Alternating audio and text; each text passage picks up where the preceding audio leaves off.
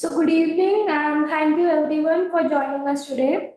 We welcome you to the webinar organized by Haryana chapter of ISAR, and the technical partner for this webinar series is Jagsonpal Pharma, makers of Endorec, Divatron and Injection Multi. So, we present to you Endorec micronized Dynogest 2 mg endometriosis.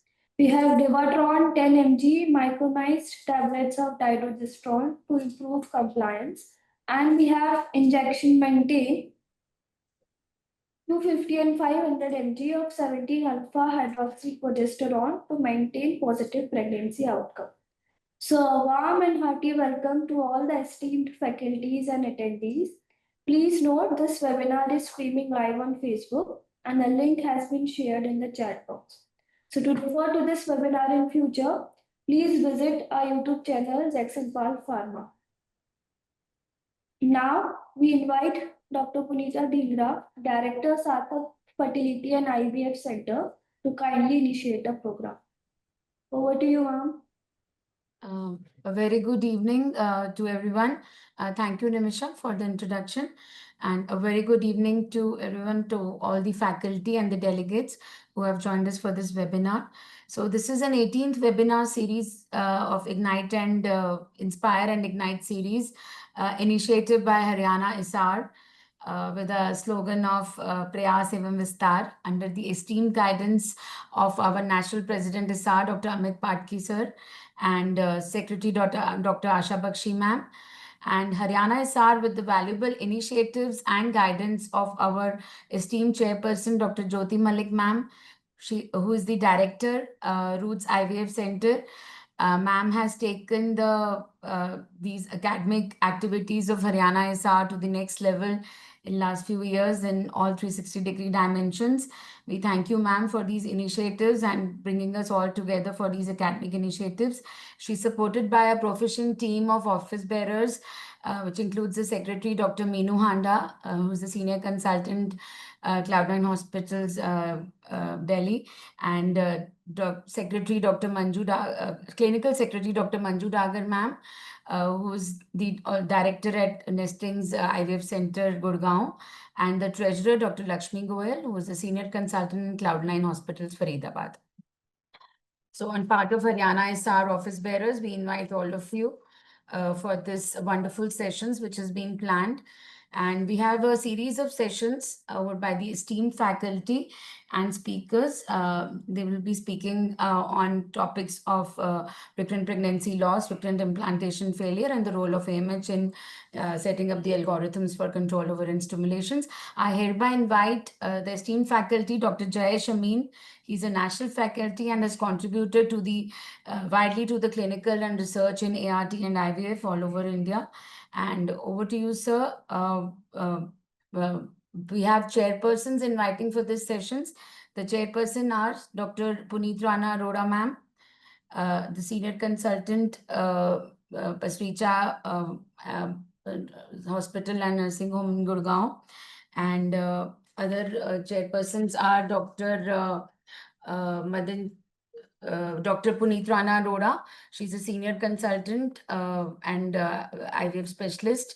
Ma'am is the senior consultant in the Center for Fertility and ART Gurgaon. And respected Dr. Rakhee Malhotra ma'am is not there with us today. And Dr. Neeru Thakral ma'am, who's a senior consultant morphist and Thakral Morphist and IVF Center Gurgaon. And she's the chairperson Haryana ISPAT, and Dr. Divya Kumar. Dr. Divya is with us. So these are the chairpersons. For Dr. Jayesh Amin, we all know. Nimisha, can we have the slide first, sir? So Dr. Jayesh Amin, as we told, is the national faculty. He's presently the clinical director of Nova Wings IVF Group. And he's the HOD at the Nova Wings IVF Training Academy. He's the president of Association of Reproductive Genetics and Immunology, and the vice chairman of ASRM chapters with Ovarian Insufficiency Special Interest Group from 2025 to 2030. He's the national advisor of IFS, organizing chairperson of IFS Fertivision 2024, which was conducted at Ahmedabad. and he was the past additional joint secretary of IFS and convener of Fertility Preservation Society. He has many honors and achievements in the field of ART. He has authored many practical books in ART, and he's running a training academy in IVF and embryology, and has done a lot of research work with cutting edge topics which have been published in international journals, and topics which have been in as a part of research in SRA and SRM uh, study groups. And he was awarded the Excellence in IVF Treatment by Union Health Minister in India in 2016, and Gold for Excellence in Reproductive Endocrinology in 2024. Over to you, sir, for your upcoming talk.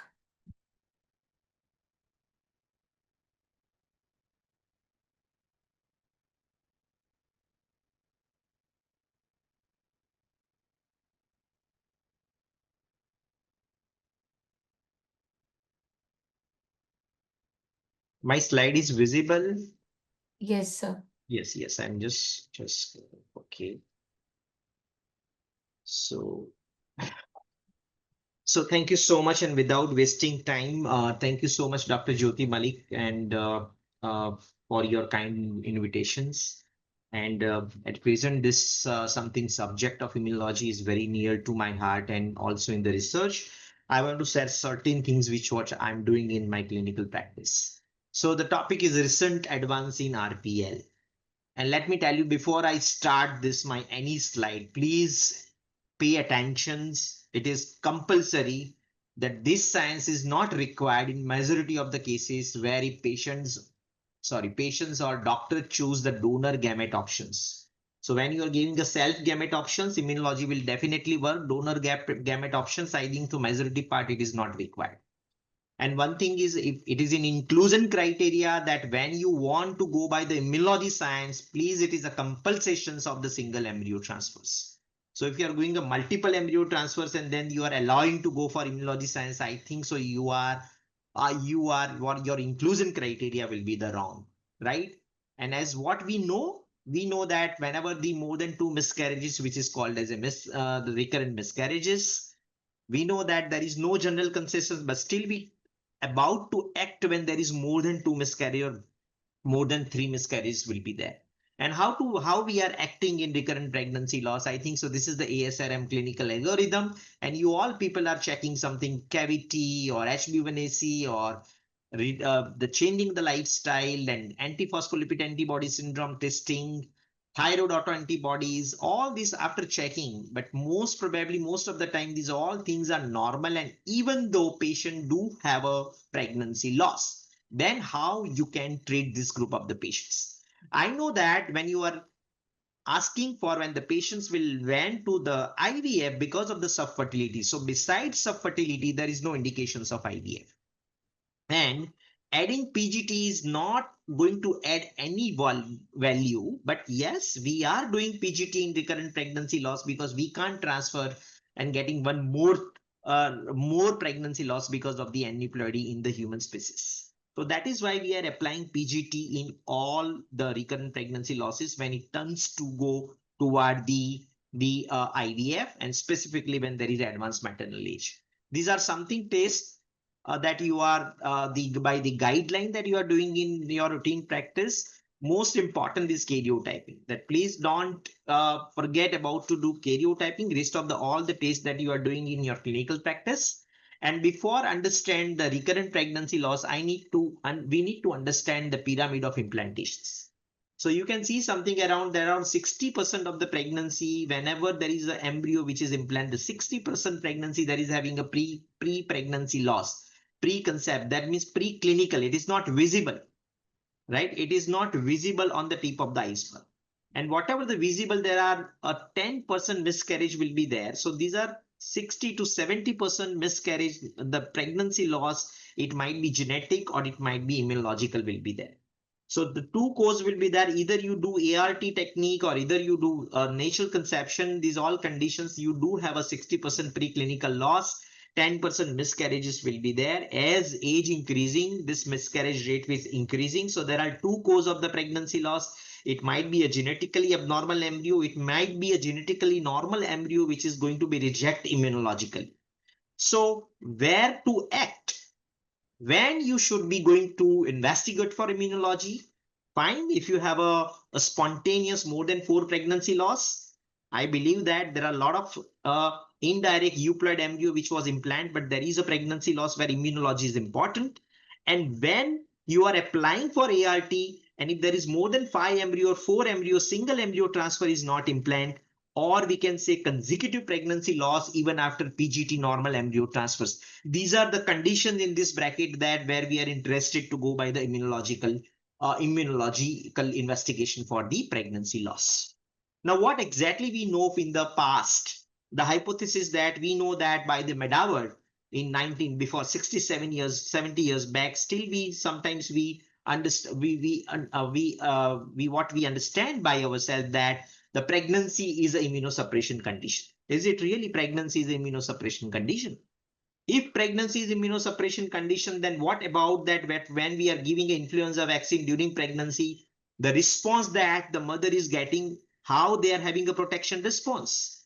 It suggests that pregnancy is not the immunosuppression conditions.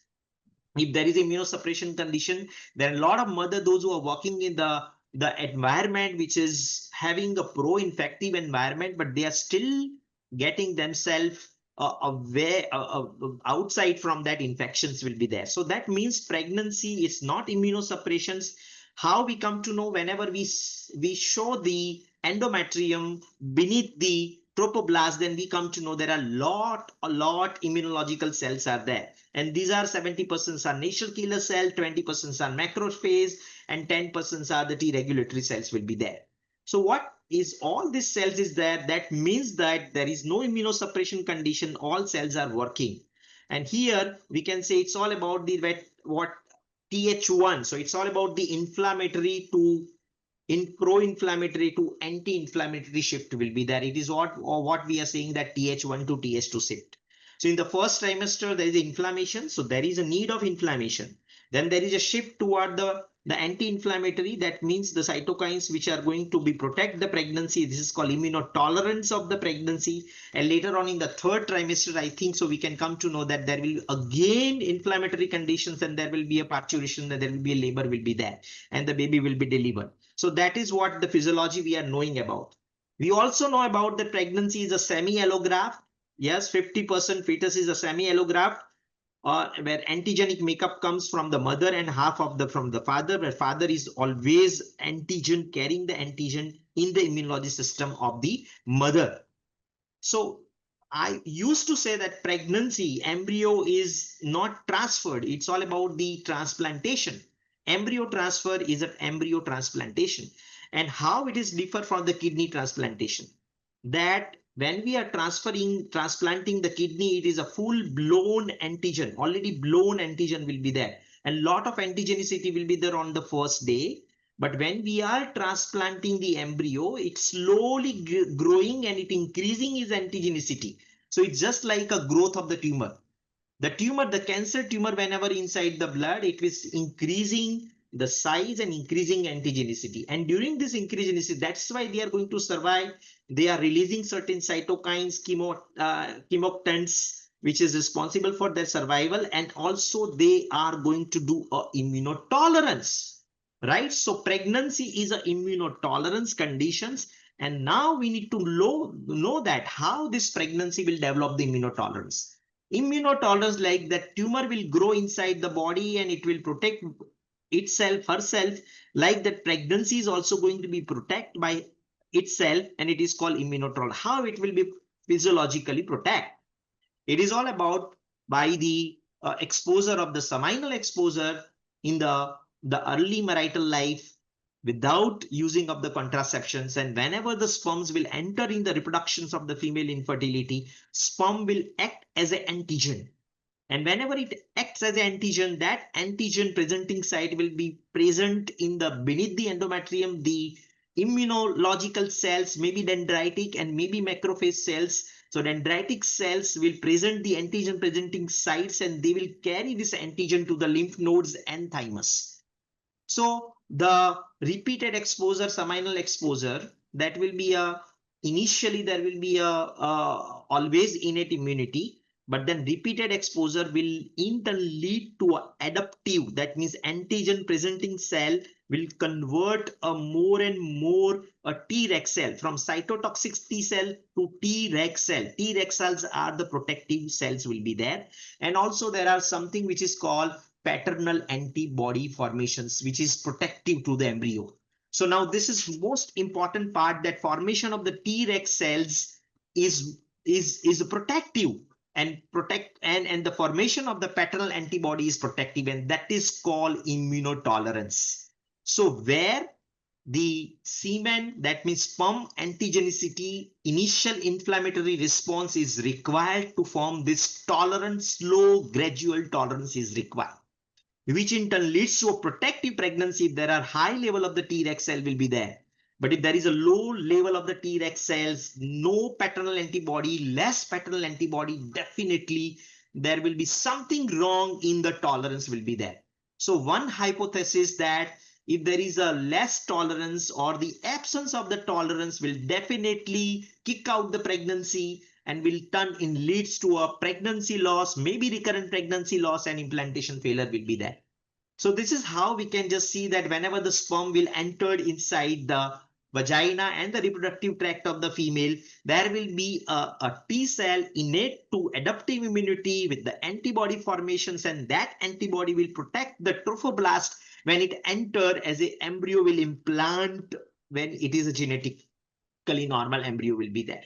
But how will you find out this immunotolerance? By the blood analysis, which are the blood tests that we can say whether this recurrent pregnancy loss is really required that lack of immunotolerance. How we can come to know? By the blood tests. And the blood state is called normal immunological profile, that what we are doing in and out to the patient, those who are having a recurrent pregnancy loss.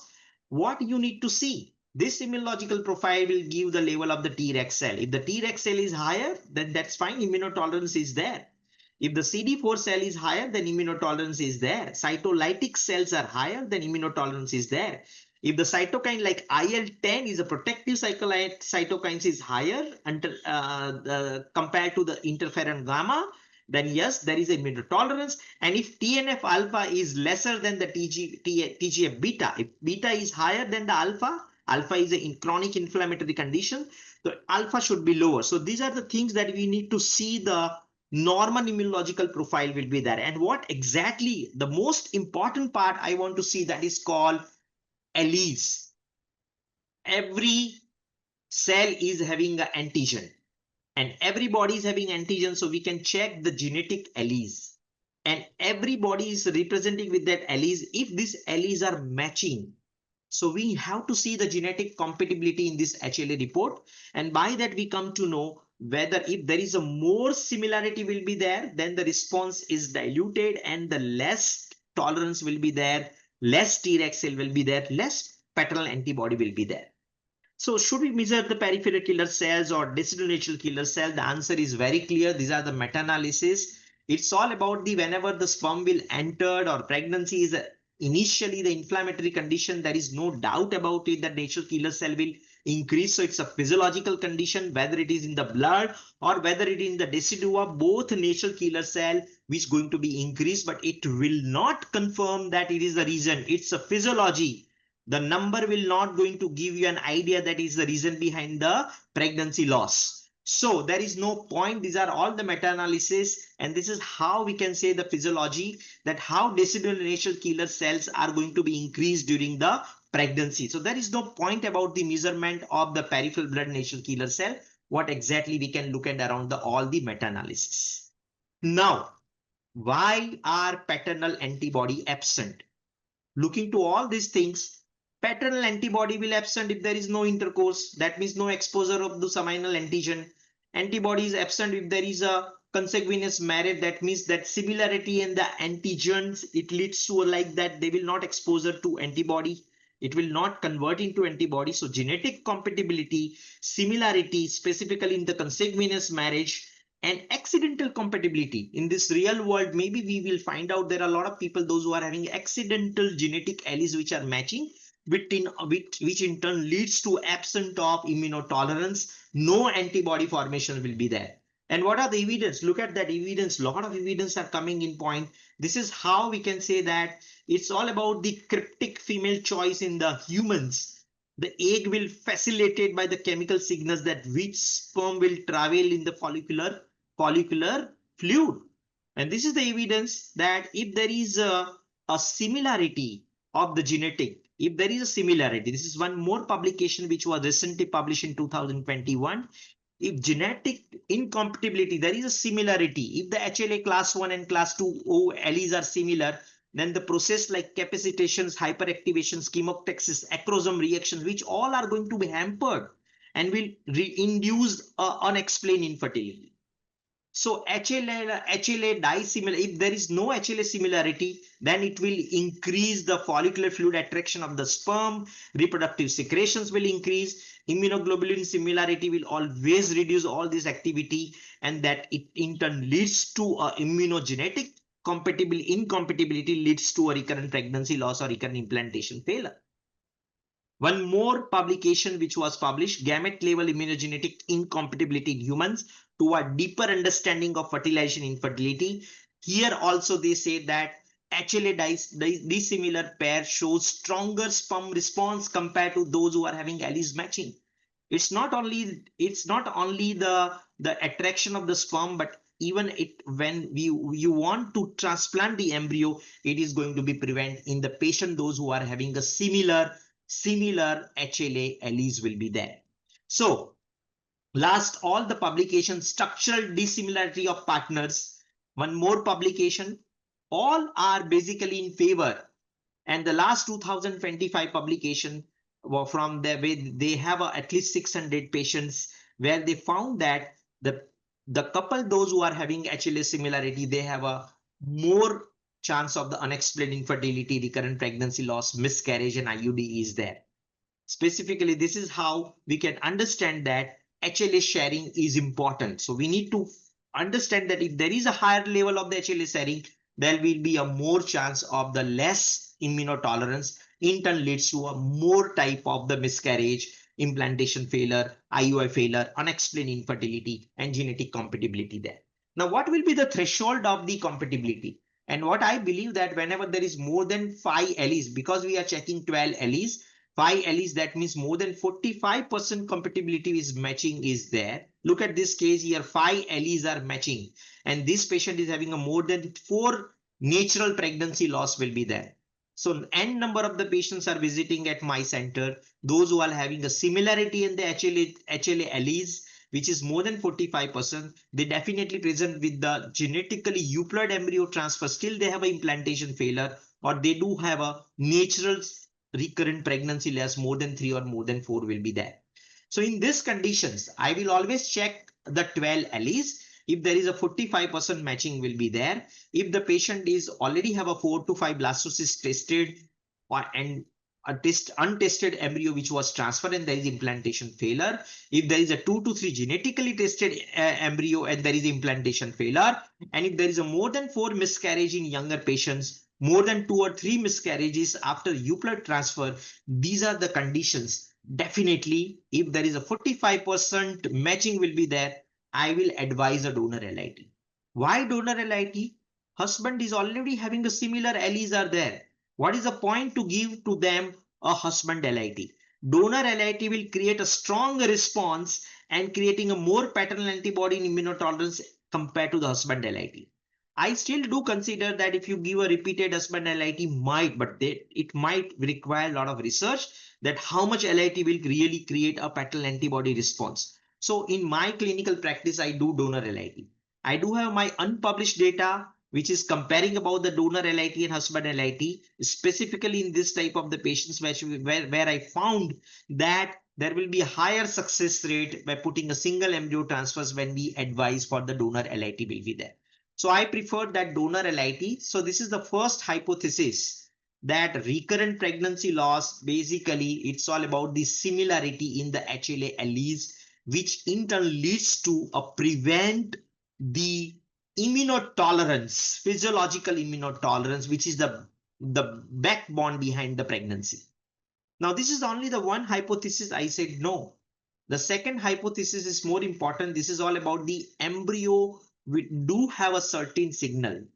So embryo signal and maternal signal are important, and that is we what considered as an embryo maternal crosstalk.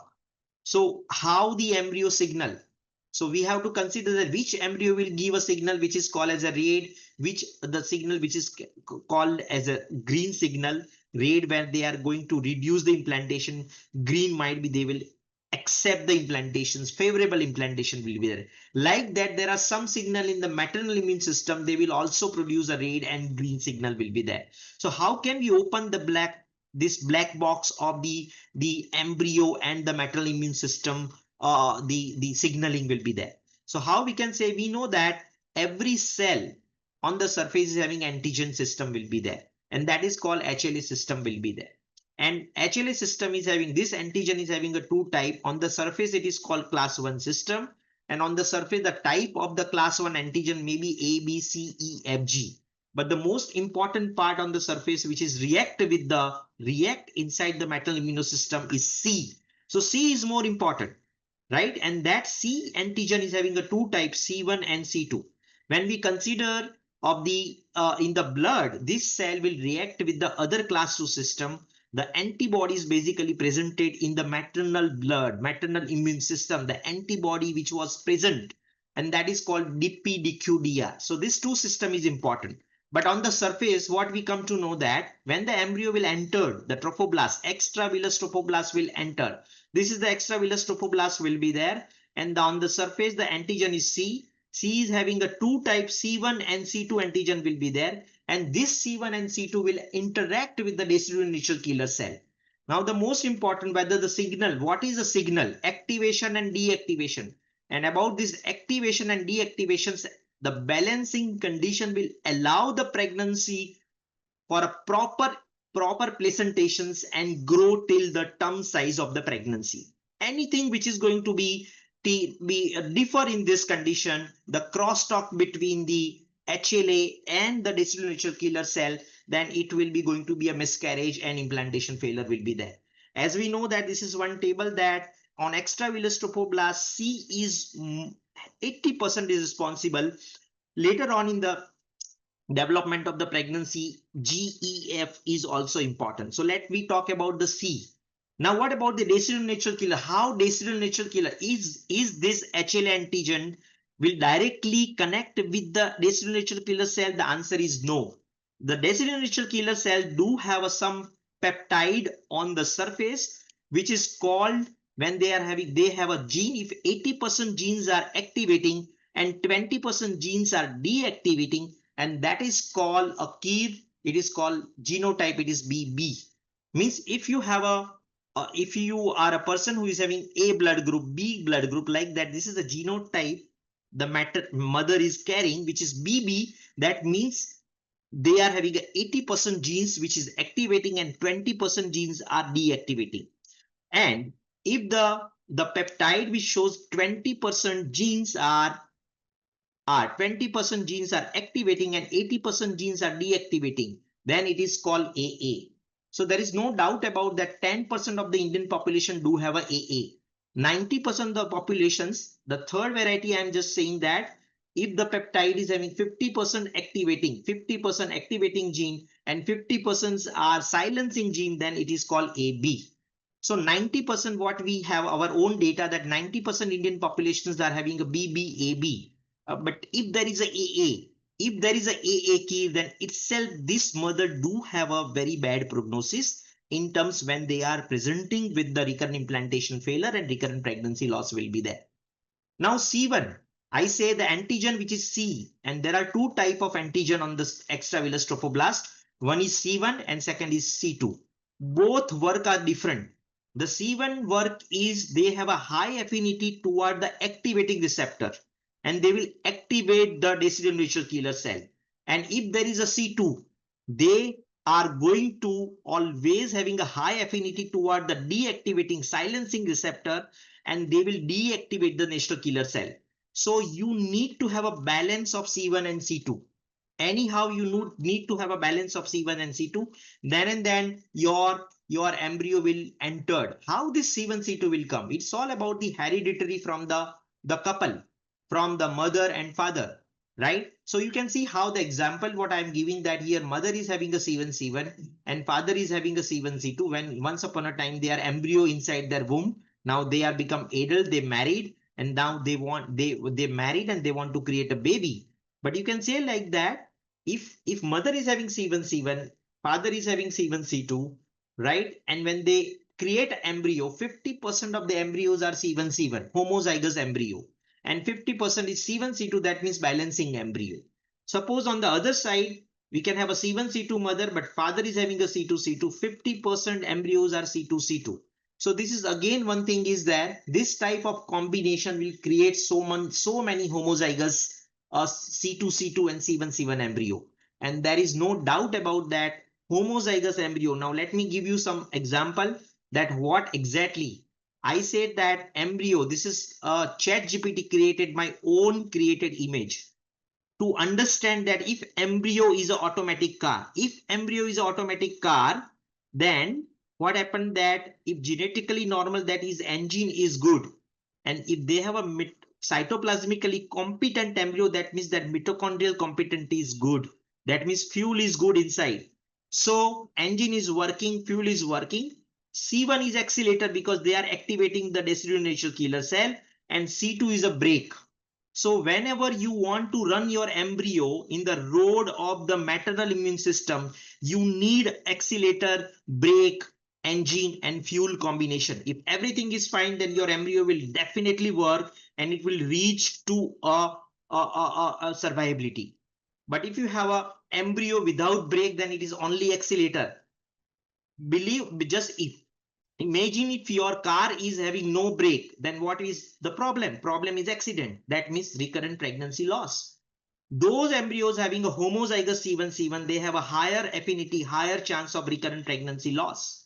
And those embryos, those who are having a higher affinity or homozygous embryo C2 C2, then they have a more biochemical pregnancy because they are going to silence the decidual killer cell. Now this is all depending on the couple. If couple is all C1, then there are chance that this patient is suffering from implantation failure and pregnancy loss. If all couple are C2 C2, then again all embryos are C2 C2. That will lead to a problems. This all homozygosity will create a problem. So this is how I'm giving an example. This is the embryo which is having a automatic car. C1 is there, C2 is there, normal embryo, and they are activating. They are always going to, if there is AB or BB, yes, this is a good embryo, and they will activate the decidual killer cell and the cytokine will release. So now you understand how the important of the crosstalk between the embryo, HLA and Kir system. It's all about which is the best embryo. Best embryo is C1 C2 or C2 C1. The homozygous embryos are always having a high accelerations or more brake system will work on decidual killer cell, which in turn leads to a problem of a pregnancy loss or maybe a miscarriage will be, maybe a implantation failure. So these are the different type of the embryo. Now you can understand that how we can go ahead and we can find out by the taste, by the Kir and HLA of the embryo in clinically when the patient is presenting with the recurrent pregnancy loss and implantation failure. We will definitely find out the HLA probability of the embryo, and then we can select the HLA embryo. This is one more publication of only 26 patients, those who are having a recurrent pregnancy loss, more than 4 pregnancy loss. And they found that pregnancy loss is higher when there is a homozygous embryo will be there. C1 C1 and C2 C2 embryos are having a higher pregnancy loss compared to the C1 C2 embryo. One more publication which was published is the retrospective data of 680 euploid embryo transfer is there. And when they see retrospectively, it was observed that when the worst combination which was seen is C2 C2 and AA. Right? So if there is an embryo, those who are transferred C2 C2, and if the Kir of the mother is AA, it's a worst combination will be there. So when the patient is having a recurrent implantation failure and recurrent pregnancy loss, apart from immunotolerance, you can find out the Kir and HLA. By that, you can find out the crosstalk and signaling between the embryo and the mother And you can allow a PGT plus HLA selected embryo to reduce the chance of pregnancy in the next embryo transfer. And that is what we are doing, that we are transferring a best facilitative embryo, which is having a no homozygosity C1, C2 embryo. And we will find out whether the patient is having a BB or AA. If the patient is having a AA key, then we definitely advise the patient that you are having a worse prognosis will be there. And if there is a AA, we will provide certain immunotherapy. Maybe it is called a GCSF injection to activate. So I say BB is a green signal. If there is a BB, it's a good prognosis compared to the AA. If you have a key inside the mother, those who are having a BB, but I already say that 90% Indian population do have a activation mode. Only 10% genotype is AA will be there. So this is how we are counseling about the recurrent pregnancy loss patient. Now this is one patient, those who are having a 5 alleles matching, and she's presenting with active married life is 5 years, 41 years male, 38 years female, and his semen analysis is normal. The tubal patency is normal. Polypectomy, which was done, hysteroscopy was done. She presented with the 3 natural pregnancy loss, 6 to 8 weeks, and she also having a 1 IUI, which is failure. When she went for the one center, first IVF cycle was done, and here the 3 embryo was euploid, and 3 euploid embryo was transferred in the first center. And look at that, there are 1 pregnancy loss is there and 2 implantation failure, PGT single embryo transfer. So they have a 4 pregnancy loss and 2 implantation failure, and they arrived at my clinic. So what we exactly see that you say 5 alleles are matching. So we provide her a donor LIT. We did two pickup, because one pickup we have a 0 embryo, in the second pickup we have a 2 embryo euploid, and because the alleles are matching, we provide her the donor lymphocyte immunotherapy. Then we select the embryo which is C1 C2, and then we transfer the key is BB, we transferred, and she delivered. After this much of pregnancy failure, even the first embryo transfer will convert into the pregnancy, but always transfer single embryo transfers. So this is how about after immunotolerance, the selection of the embryo can prevent the abnormal accident. It doesn't mean that you will prevent 100%, but you can increase and improve the chance compared to in this type of RPF patient, those who are having a maximum pregnancy loss. Now, how we will segregate the patients for immunotherapy? Because it's all about the systemic interactions. Whenever the embryo will enter inside the blood system of the mother, they will interact with the HLA-D class 2 system. And class 2 system is having a DP-DQ-DR. So in DP-DQ-DR, there are a lot of alleles are there. And according to that alleles, we can consider which patient is having a more autoantibody formation. The paternal antigen is 0.7. When it enter in the maternal immune circulation, the chances of platelet aggregation is higher. So like that, we divided that which alleles are going to produce a certain physiological conditions, which in turn leads to implantation failure or pregnancy loss will be there. So we will always find out these are the different HLA, D system will be there. And by that, we can give them that, okay, this patient is required immunotherapy. So in that conditions, IV immunoglobulin is only required when there is a HLA-DR1 is associated with 0.15 or 0.3 or 0.7 is there. So this is what I'm giving example. Your immunologist will help it out you to find out that alleles and interpret that alleles that which patient is required which immunotherapy. So we are hardly giving IV immunoglobulin or whatever the immunotherapy. It's very precise, individualized, and we are not giving all the immunotherapy empirically. This is only the group of the patient, those who are having a more than 4 pregnancy loss, more than 4 implantation failure, or more than 3 genetically tested embryo implantation failure or pregnancy loss will be there. Then and then we will do all the tests, and we are individualized the immunotherapy according to HLA class 2D system.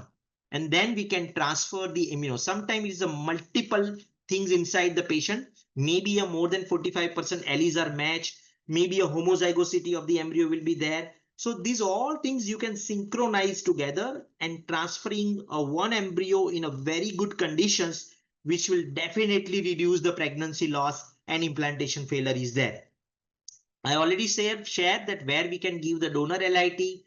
I already shared something about that where we can administer HLA, IV, IG. So we are individualized by this all the slide which I'm mentioning, that which HLA type will be there, where we can give the all the different type of the immunotherapies there. So we are individualizing this immunotherapy.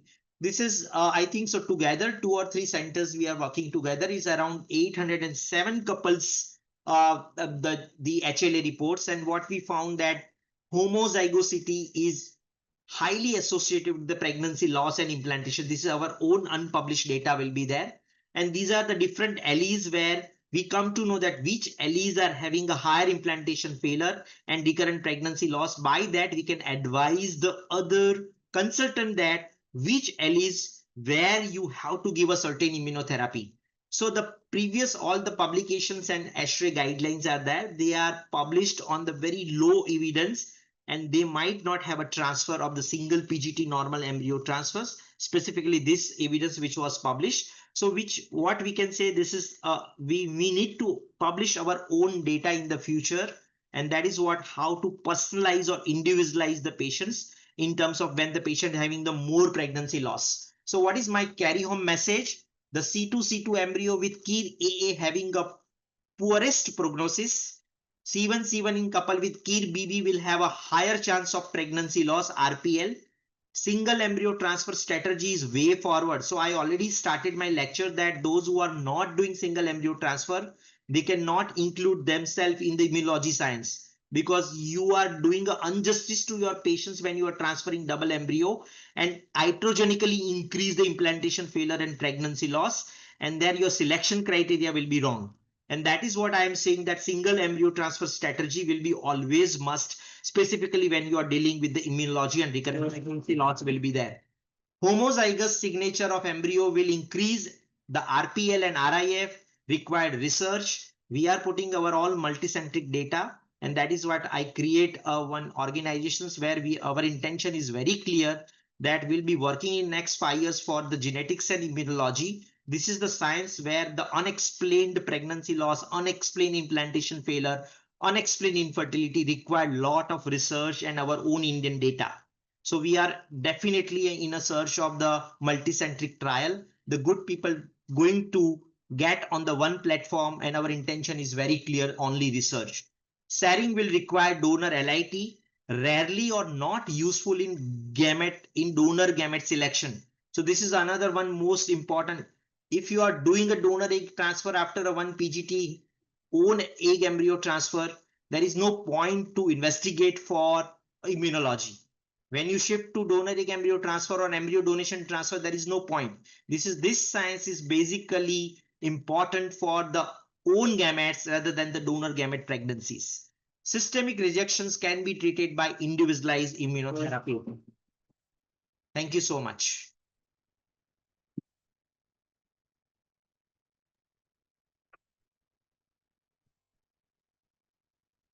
I think so. I completed my whatever the things which was I want to present, specific recurrent pregnancy loss and. Thank you so much. Thank you, Dr. Jayesh. I think it was amazing. You've opened our eyes towards the immunotherapy, and it needs to be individualized. That is what that you've stressed upon. It's not something blanket that okay, you give everybody IVIG, you give intralipates, you give all these thymosin and everything.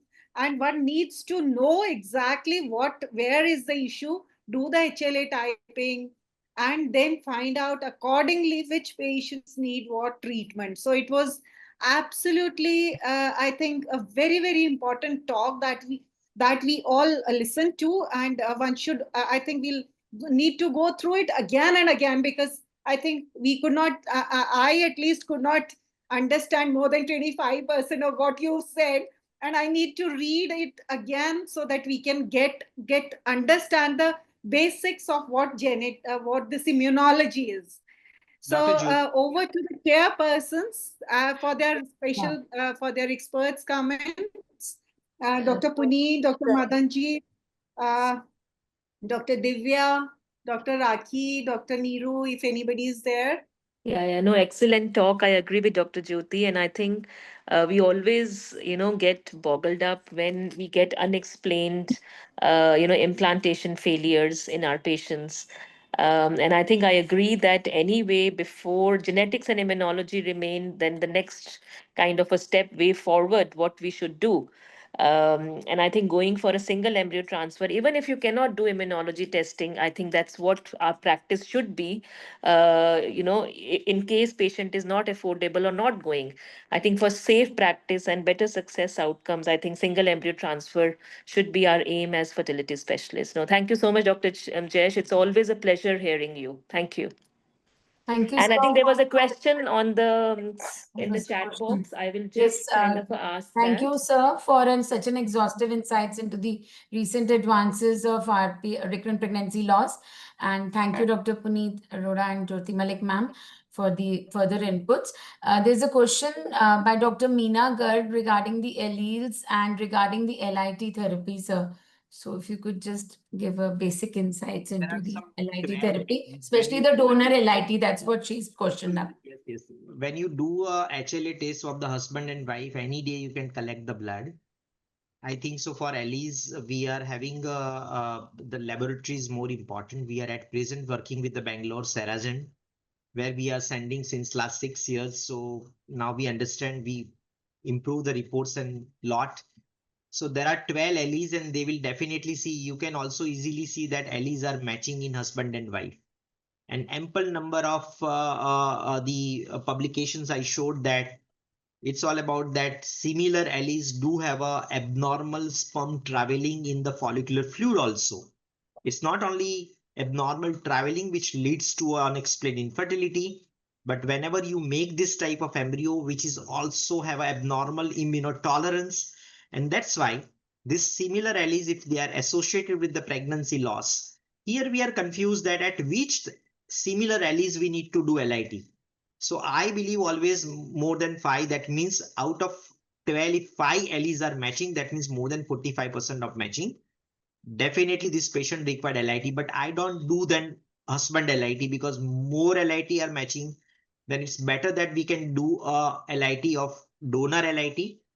So we have at least 40 patients. Now we increasing our number of the patient. We do have a 40 to 50 patients, 40 to 50 donors at my center. Those who have a HLA report already, we already done the HLA report of that, all the donors. And then my immunologist will say that this donor will give a better immunology, better tolerance in this mother. And we inject that lymphocyte in that mother. And then we will give always a low dose LIT at 21 days apart. And after last donor LIT, we can transfer single embryo after 1 month. 1 month to 2 months you need to wait. You can do a T-Rex cell. T-Rex cell, basic immunoprofile by T-Rex cell is lower if T-Rex cell is become normal. And also we have a paternal antibody titration test that we develop. If the paternal antibody is developed, then you can transfer a single embryo in this group of the patient. That is what. So every 21 days before, 1 month before transfer, 21 days apart, you can do donor LIT if there is a alleles are matching out of 12, 45%. Now 2 to 5, there are some studies which say that even if more than 2 alleles require LIT. So in that condition, might be you give in the early part 2 or 3 where you can give husband LIT will work. That is what I'm feeling. What is the role of husband LIT? When the T-Rex cell is lower and no alleles are matching, so maybe a sperm antigenicity is low. If sperm antigenicity is low, then they are not creating a immunotolerance, right? So in that condition, husband LIT will be work. So we are not going to oppose the husband LIT. We will like to find out where husband LIT and where donor LIT. But most of the time, donor LIT will work more aggressive compared to the husband LIT. Thank you, sir, for your inputs and exhaustive inputs regarding the management of RPL. I just Yes, want to sir. announce, Yes, Dr. sir. Jyoti, because this is a very new subject And we decided, as we opened that Association of Reproductive Genetics and Immunology and Pan India, recently 15 days I become a president because I want to spread this science across the India. I need you all people help. You people all are at the very good academic post. We need your help. We'll come in Delhi or Gurgaon, everywhere, for the physical 2 days master class, where we can start with the scratch, because this science required a lot of things, right? 2 days program, or maybe 1 day whole day program, where we explain first basic in immunology, how to investigate. Slowly and gradually we'll interact with you. I think so 1 or 2 program is needed in each territory for next 1 or 2 years, and this will really educate the our all fertilities. It's not only educate the fertility specialists. I think so there are a lot of need required when the IVF is not needed. If 6 pregnancy lost 25 years of the age, I don't think so that IVF is really required, right? You might get a pregnancy without IVF, where this all investigations will individualize, personalize the patients by giving certain therapy, where I'm in always against by giving this all empirical and unnecessary treatment rather than very precise individualized treatment. Thank you so much. Thank you, sir, and we congratulate you for your endeavors of the role of genetics and immunology pan India. And I think our chairpersons, Dr. Jyoti Malik ma'am, and clinical secretary Dr. Manju Dagar ma'am, and the rest of the esteemed faculty will be coordinating with you for your future academic endeavors and workshops. And should I move forward, ma'am? Yeah. Yeah. Thank you, Puneeta. Thank you, ma'am. Thank you, sir. And so we'll going to our next session, which is regarding the recurrent implantation failure and a new dimension to recurrent implantation failure with Thymosin Alpha. Our respected Dr. Jyoti Malik ma'am will be giving a talk on these sessions. I invite our chairpersons, Dr. Manju Dagar ma'am, who's the clinical secretary of Haryana ISAR, and she's also the director and consultant at Nestlings IVF Center, Gurgaon. Dr. Rakshita Malik, she is the senior consultant Indra IVF ISAR. Dr. Pooja Bhayana, she is the senior clinical director and senior consultant Sonakshi IVF Hospitals ISAR and Haryana. And Dr. Niharika Sharma, she's also a senior consultant and IVF specialist in Accord Faridabad. And respected Dr. Sonu ma'am, she's a senior consultant and IVF specialist, Artemis Hospitals. And Dr. Jyoti Malik ma'am, we all know our own chairperson, Haryana ISAR. Ma'am is the director of Roots IVF Infertility Center, JJMS Bahadurgarh. Ma'am is the chairperson of Haryana ISAR chapter. She's the secretary of Haryana Obs-Gynae Society and the holding joint secretary of Haryana chapter of IAGE. Besides, she's also the joint secretary of Delhi chapter of ISPAT, Haryana chapter of ISPAT, and she's secretary IMA Bahadurgarh. And ma'am has Thank you, Puneet. Thank you. I think we'll move forward. Right. And Share my screen. Right. Okay, can you stop sharing? Yes, ma'am. Nimisha, can you share ma'am's slides, please?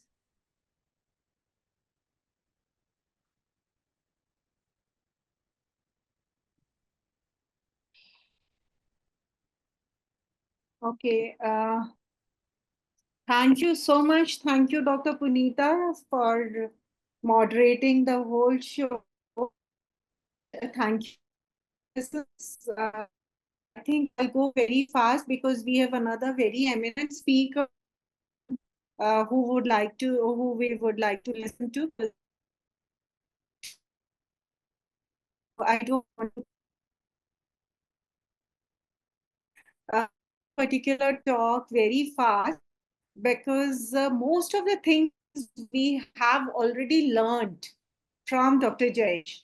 And actually, half of the things that we needed to know about the Treg cells, the B cells, the CD4, CD8, what all are these, and what is the combination. So we'll just go through it very fast.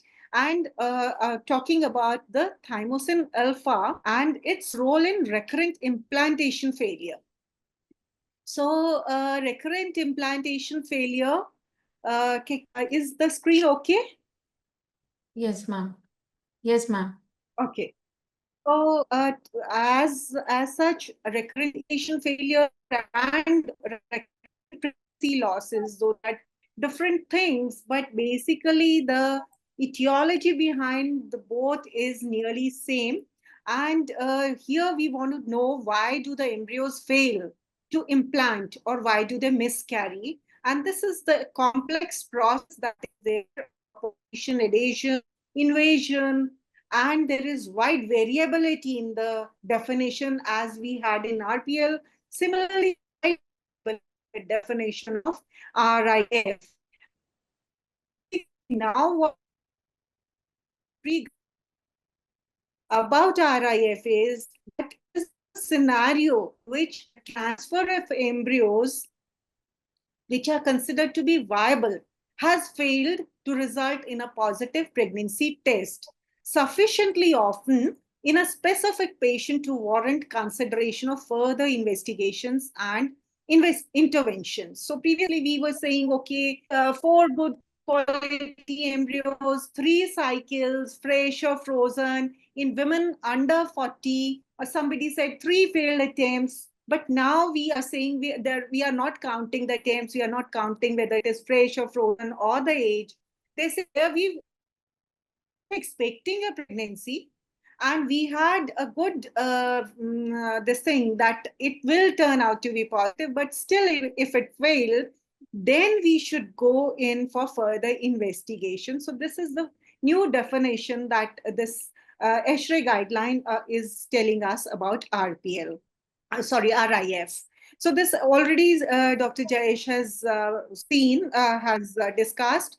And we know there are oocyte factors, oocyte compromised quality, low number, then gene expression on the cumulus, the sperm factors, the DNA fragmentation, varicocele oats, there could be chromosome abnormalities, most commonly the translocations, whichever, all these are causing RIFs. And so there are immunities. Thyroid autoimmunity is again associated with decreased T cells and causing recurrent implantation failures.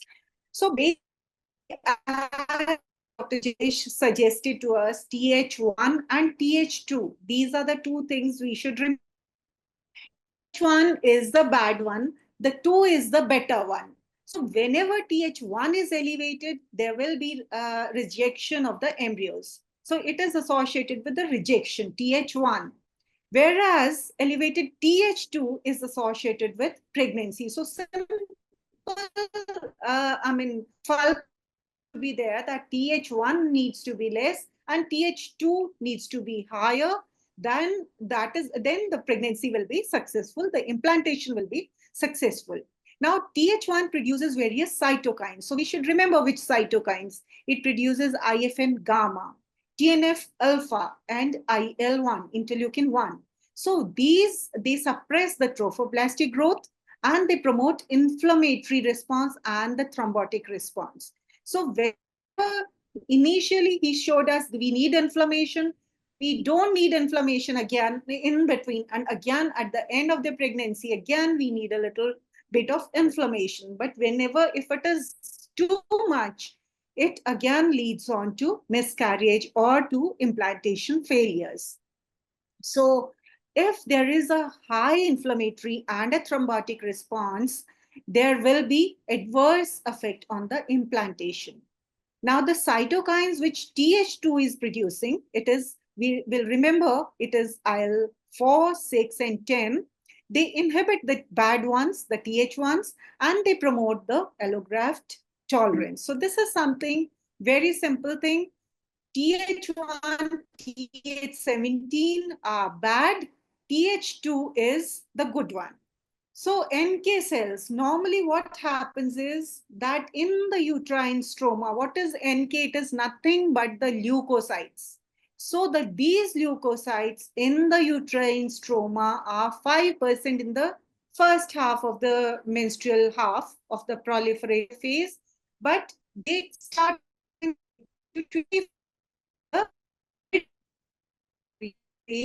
because of a large influx of the uterine NK cells. And they become as high as 80% in the early pregnancy. So it is gradually right in the menstrual cycle to the implantation, to the decidual implant changes, the leukocyte number is gradually increasing. So this is something we should remember. Now, the uterine NK cells, we should also remember this CD56, CD16, and they are CD56 bright and CD56 dim. Now, CD56 is something which has a more immunoregulatory role, and the endometrial cell represent 1/3 of these, and once the pregnancy occurs, then it becomes the decidual NK cells. So one should remember this part also, that we will also talk about CD56, CD16 later on. Now, the meta-analysis. So if we have CD56, if it is higher, it leads on to RIF. So in this meta-analysis, in this paper, they were in this systematic review, they found that the number and function of uterine NK in what role it plays in the miscarriage and in the implantation failures.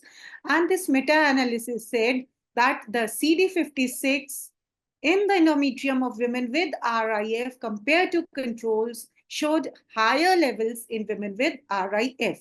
So we do not need more of CD56. If we have the more, there will be, it may lead on to failures. The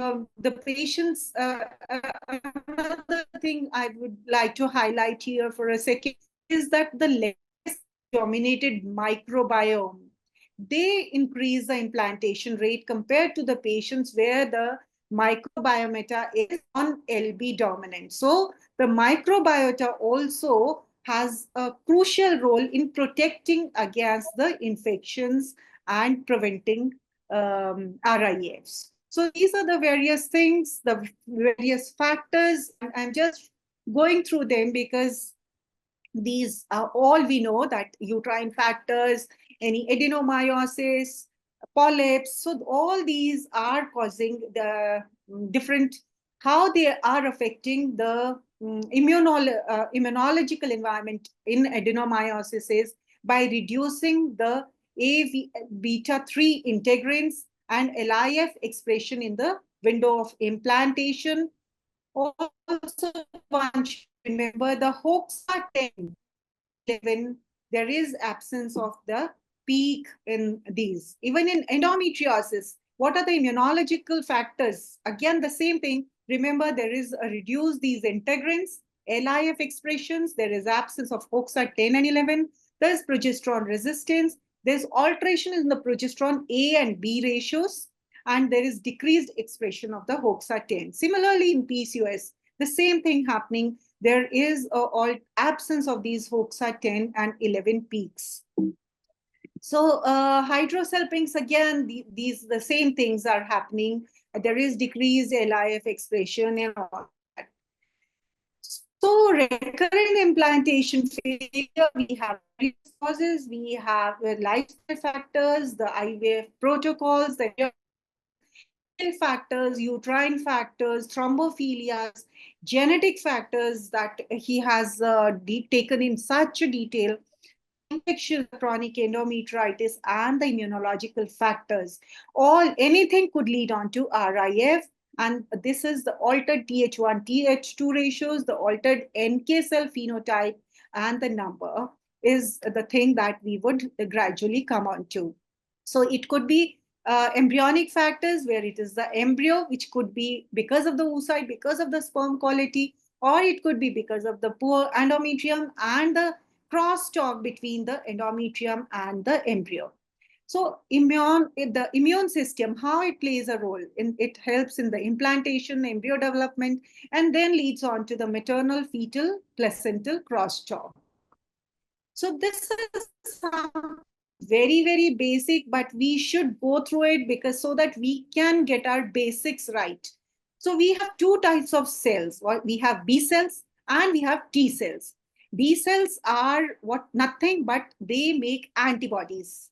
And B cells originate in the bone marrow. They also mature there. And remember, B is equal to bone marrow. So we can remember B cells stay originating and maturing the bone marrow and producing bodies. Remember B, it will be producing antibodies. So their main role is to produce antibodies which can neutralize the pathogens, the bacteria, the viruses, and all. There are also they act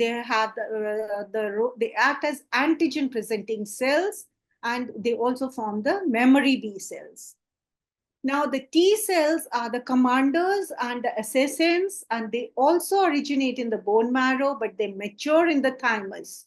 So remember, this thymus is there near the in the front of our neck, and this actually is functional more till puberty. After puberty, the function of thymus decreases.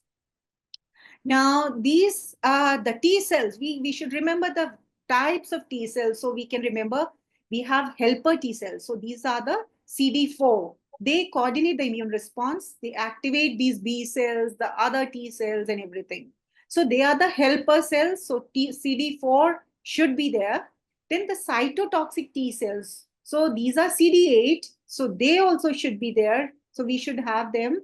And they kill the virus infected cells. And something, the Treg cells that were mentioned a number of times, very frequently. So Treg cells are very, very important, and they should be in good number. So they keep the immune system from overacting and attacking the body. So they regulate the whole system. So we should have are very important. And the fourth thing is the memory T cells, which stick around after infection so that we can respond to that particular infection faster next time. So now in the innate immunity, we have 70% of the cells are CD56 and NK cells. 20% are monocytes and 10 to 15% are the Treg or the T regulatory cells. So what is the pathophysiology is there is a cytokine imbalance, there's expansion of the peripheral NK cells, and there is dysregulation of the uterine NK cells. So the immune activation increases or the immune suppressive response decreases. So this the things are sort of RIF. So there should be a balance, and high activity is expressed through cytokines. So these various studies, there are various articles, and they in the recurrent implantation failure and miscarriages, they say that there is the downregulation of the ILT4 dendritic cells. It plays a very important role in maintaining the immune tolerance during pregnancy because it induces the production of these Treg cells. And this process, if this does not happen, it leads on to impairment and it impairs and the implantation failure occurs. Again, the modulation of the immune system in RIF, again, so immuno-inflammatory response is increased.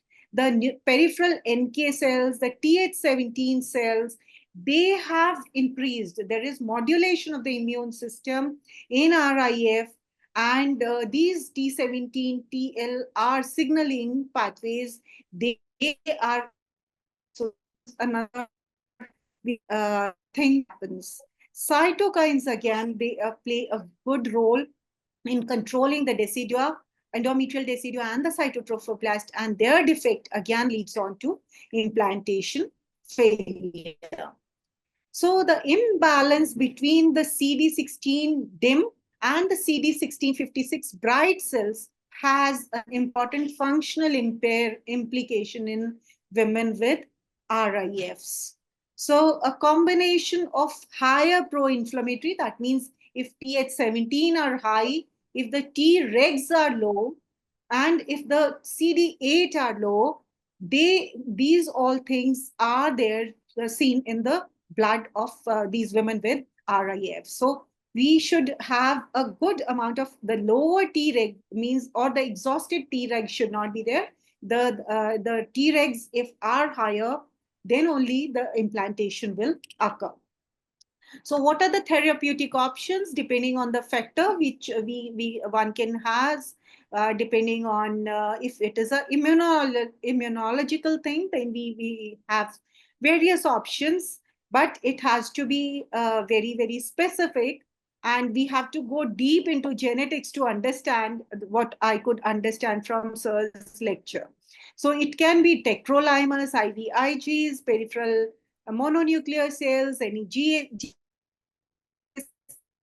whatever. So these are the various things. One has a whole basket of immunotherapies, glucocorticoids, intralipids, PRPs, and what one should choose also depends on what is the problem. So glucocorticoids act by immunomodulation. They reduce the NK cells, they stabilize the cytokines.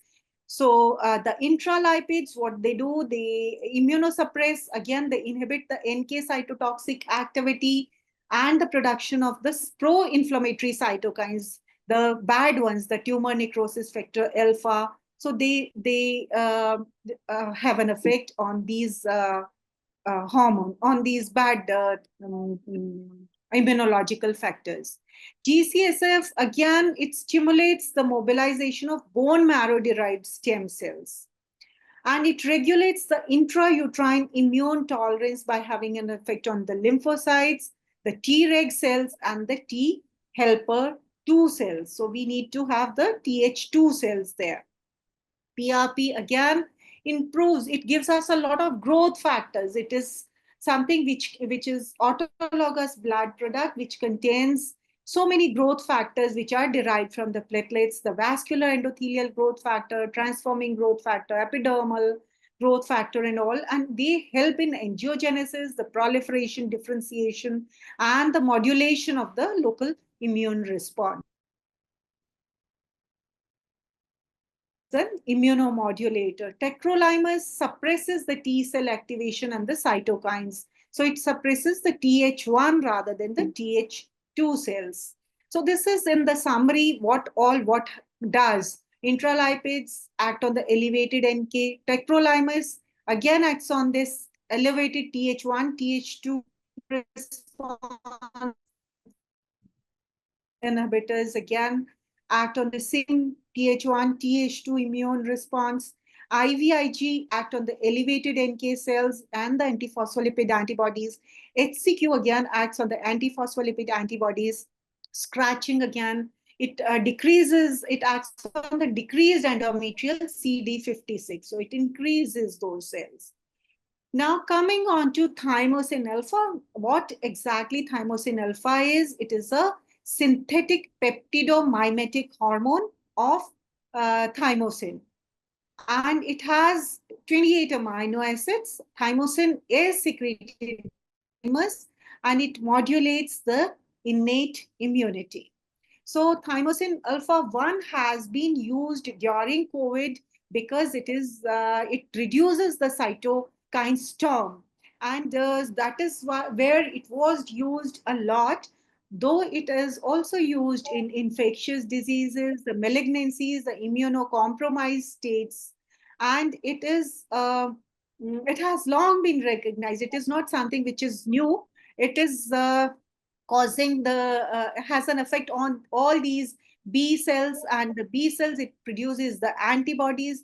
It has effect on these T cells, the regulatory T cells, the helper T cells, cytotoxics, and the natural killer NK cells, and it has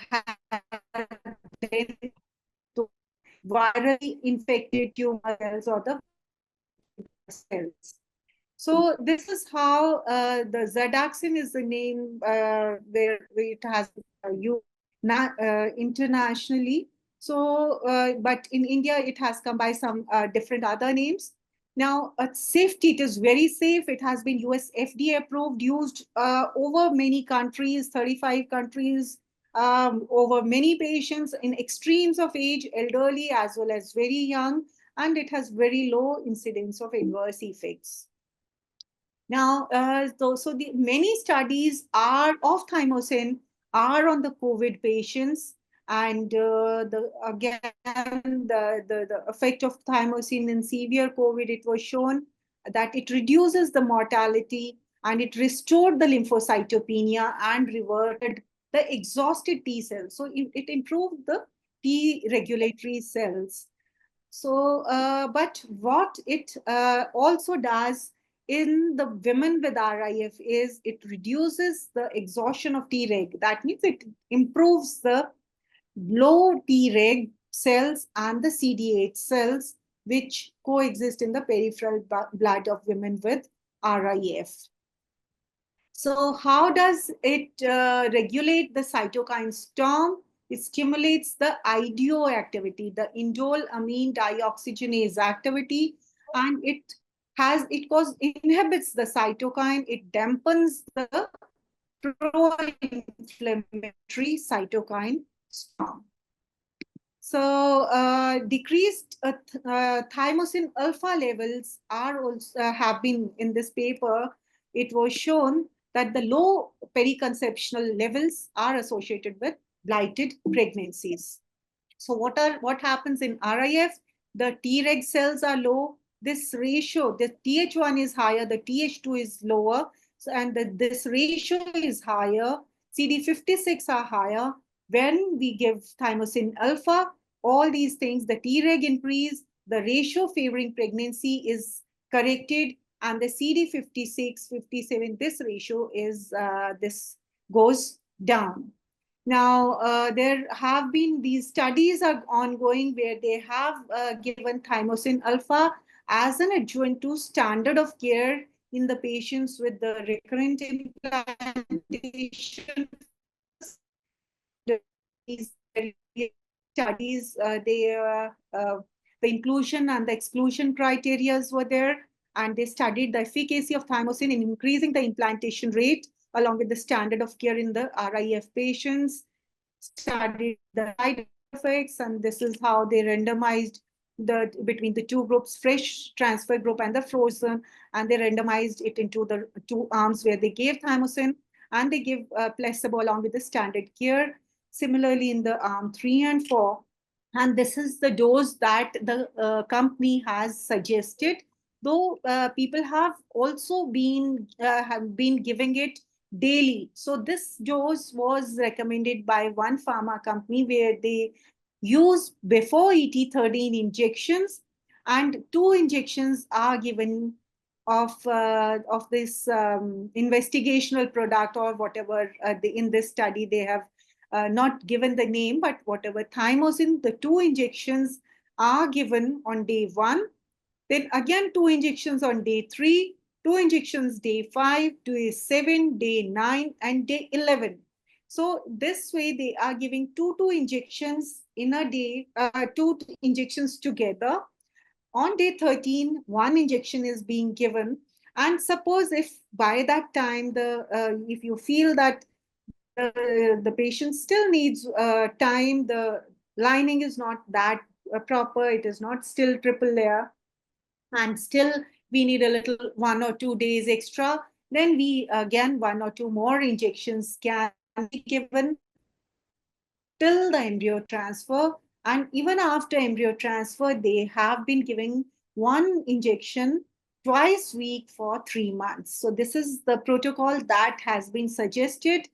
I think this is again the same thing where post ET again twice weekly.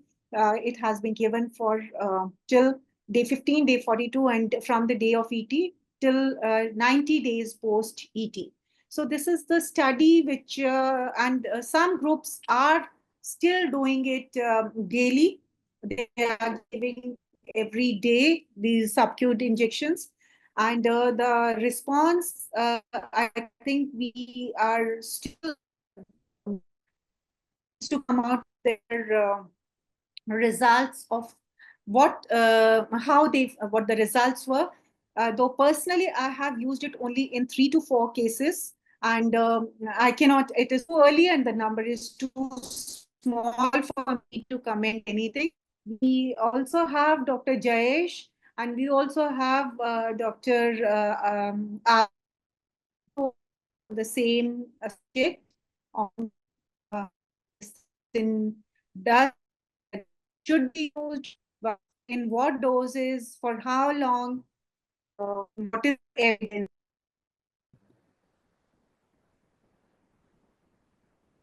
Thank you, ma'am. Thank you, ma'am, for a extensive talk on the etiology, especially the immunology part, and the management of RIF patients, especially with respect to the thymosin alpha. I request our chairpersons, Dr. Manju Dagar, ma'am, Dr. Niharika, Dr. Rakshita, and Dr. Pooja Bhayana to give their inputs regarding this talk.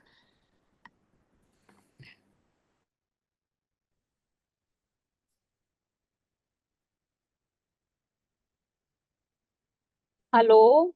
Hello. Yeah, am I audible, ma'am? Yes, yes, yes. I Ma'am, this was an excellent talk regarding thymosin. And I think in IVF, it's practically new. I would like anybody to suggest in case somebody is using their practical experience regarding the same. Dr. Pooja, I will request you. Ma'am, could you get across the question of Dr. Pooja, ma'am? Anybody who has been using it regarding thymosin alpha in recurrent implantation failure, any kind of practical inputs, like I'm practically not using it, so I'm not aware of it. I think we can ask Dr. Abha ma'am. Dr. Abha ma'am has joined us. Yeah, Good thank you evening, very much, Jyoti, for having me over. I was listening to exhaustive immunological talks by you and Jayesh, Yes. and I am one person who's so afraid of touching the immune system of any patient that I never use any immunomodulator. Uh, Thiamine 1 and 2 is lying in my fridge, 10 doses which have been given to me as samples, each costing about 36,000 of 13 injections, but I have not dared to touch anything for any of my patients because I feel success is not in, using something when we don't know what is causing this problem. We will find out in the next 10 years. We'll know what to investigate, how to investigate. First, we know the cause. Then we look at what test can we do, what should be the cutoff of this test. Like you said, Treg cells go down, they go up, Th1 goes down, goes up. We need to know the exact cutoffs.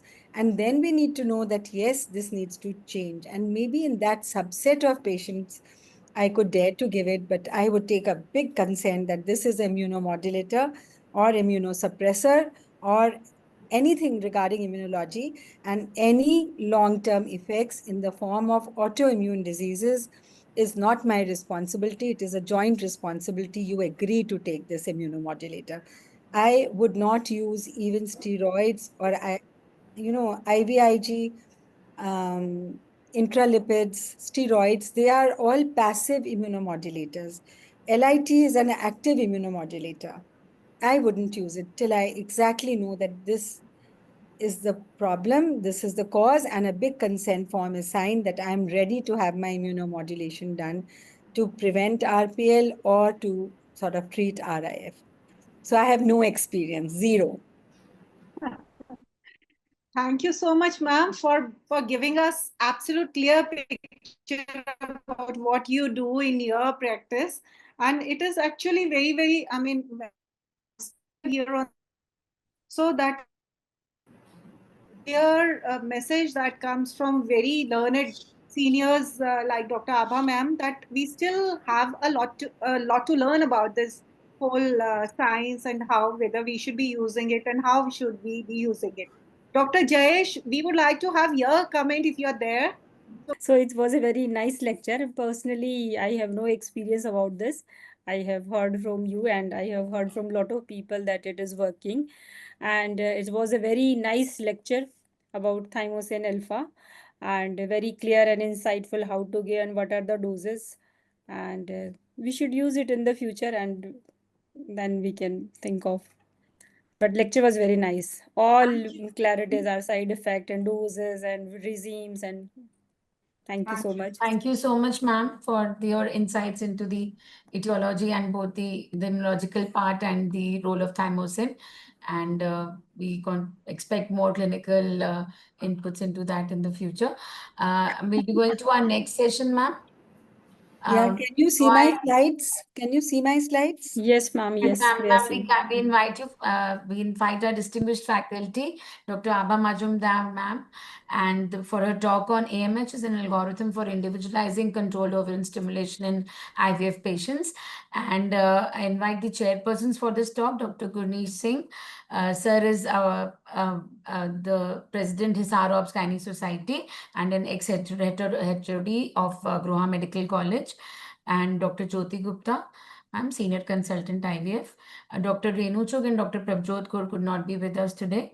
Dr. Abha Majumdar, ma'am, our senior, as we all know, she's the pioneer in the field of ART all over India, and she's an emeritus consultant and director, Department of Reproductive Medicine in Sir Gangaram Hospital, Delhi. I She's think that is also good enough. I think that should suffice. We are already running very we're late. honored to have you here, ma'am. Over to you, Yeah, ma'am. I'm very happy to be here too. And now I'm going to talk about a very practical aspect of infertility. We have been dwelling into all research-based techniques, research-based treatment protocols. We will have answers for our problems maybe in the few years to come.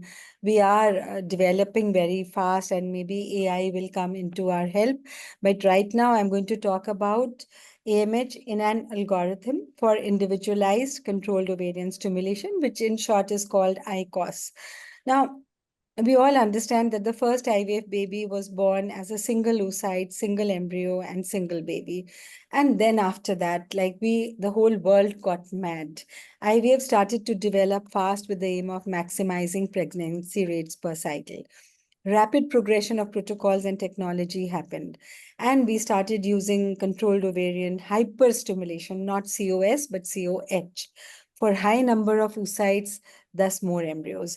Use of unphysiological high doses of gonadotropins, time-consuming agonist long protocols, high cost, patient discomfort, OHSS, and higher multiple gestation.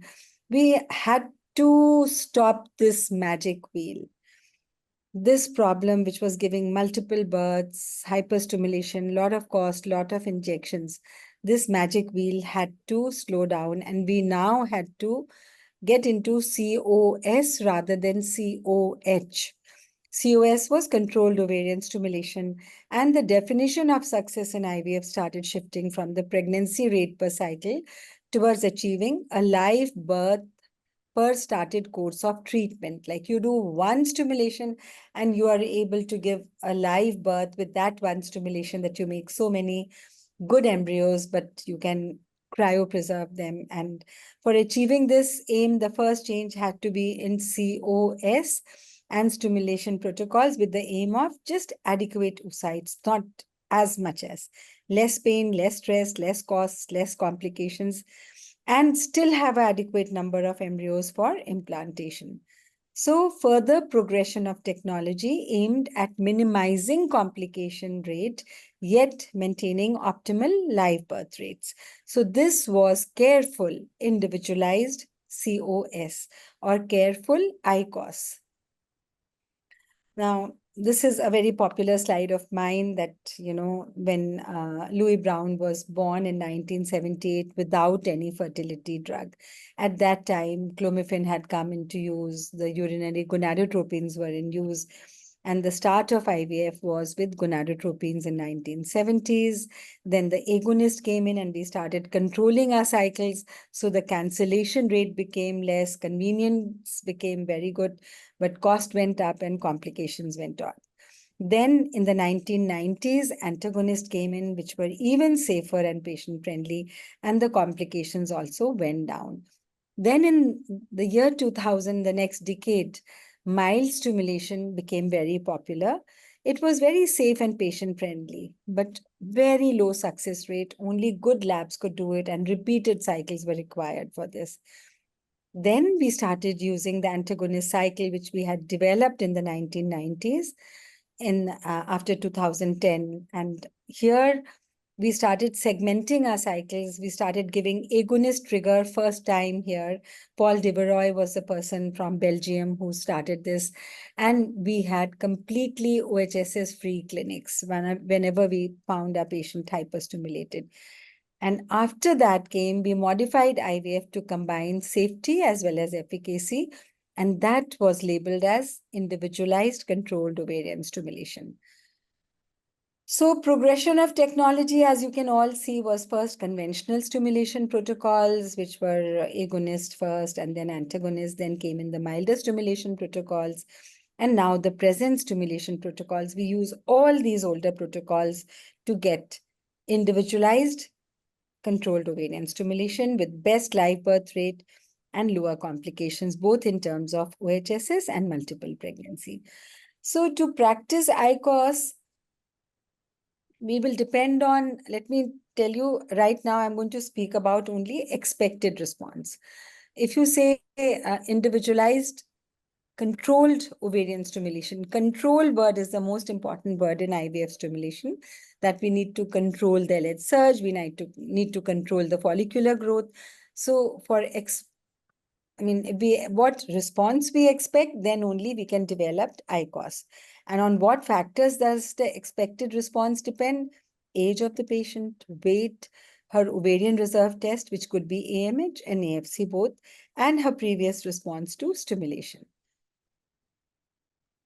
How do we identify the response?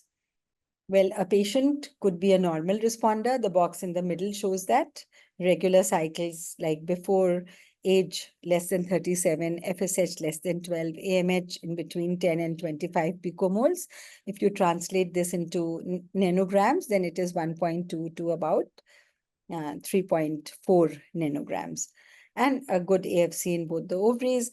When you say hyper-responder, then you know that there could be underlying PCOS, or the girl could just hyper-response without the presence of PCOS in her system. Age is young, FSH low, AMH high, AFC high, and or this patient had a previous hyper response. So she would always be labeled as a hyper responder. Then there is a poor responder.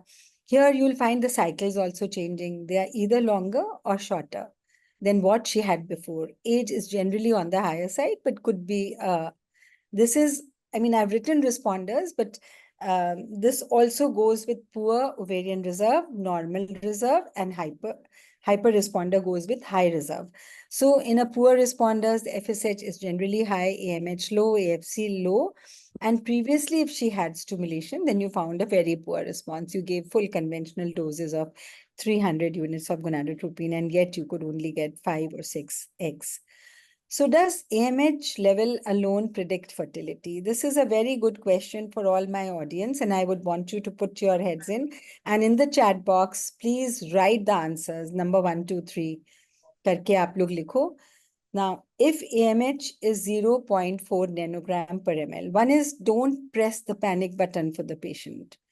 Don't tell her run for IVF because your AMH has gone down. See what are the other factors. Look at the basal FSH. Basal FSH and E2 is the most important ratio in my mind, and FSH and LH counts as nothing in my mind, but FSH and E2 is the most important estimation. So suppose we say estradiol is constant in all these three patients, 80, 80, 80, but FSH is 18, basal FSH is 13 and 10, which is the best patient who would predict that she is a good responder. So you all are going to tell me the answer later on. And I want it in the chat box. Again, AMH of 0.4 nanogram. Menstrual cycles are 26 to 28 days, or they are 23 to 25 days, or they are 35 to 45 days. Who will respond the best? And then AMH, 0.4 nanogram again, age 31, age 36, age 41. Who is going to respond best? You should know that AMH alone cannot predict anything. Along with AMH, we need to know how regular her cycles is, what is the basal FSH, and what is the age of the patient. So I'm giving you the answers and you can match your answers and see that these are the best ones with the AMH of 0.4. So 0.4 alone of AMH is not going to give you any answers. Please combine it with a basal FSH and E2, and this basal FSH E2 should not be after. So sorry about this.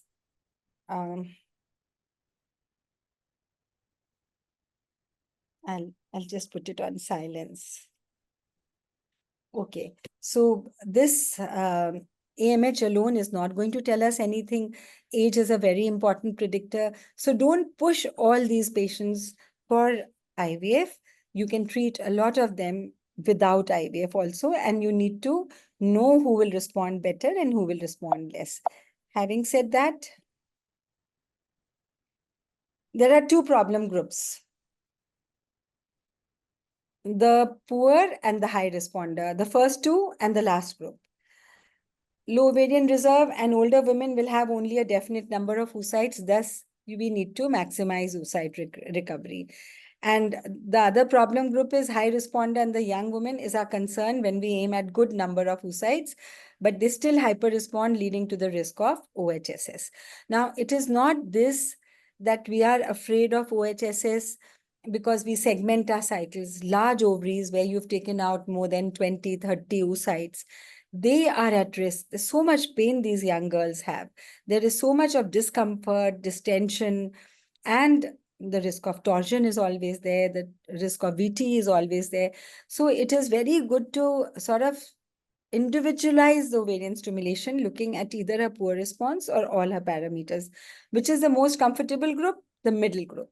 Normal reserve women on a conventional stimulation will make 10 to 15 oocytes, whatever you do, whatever dose you give, on an average, which is good.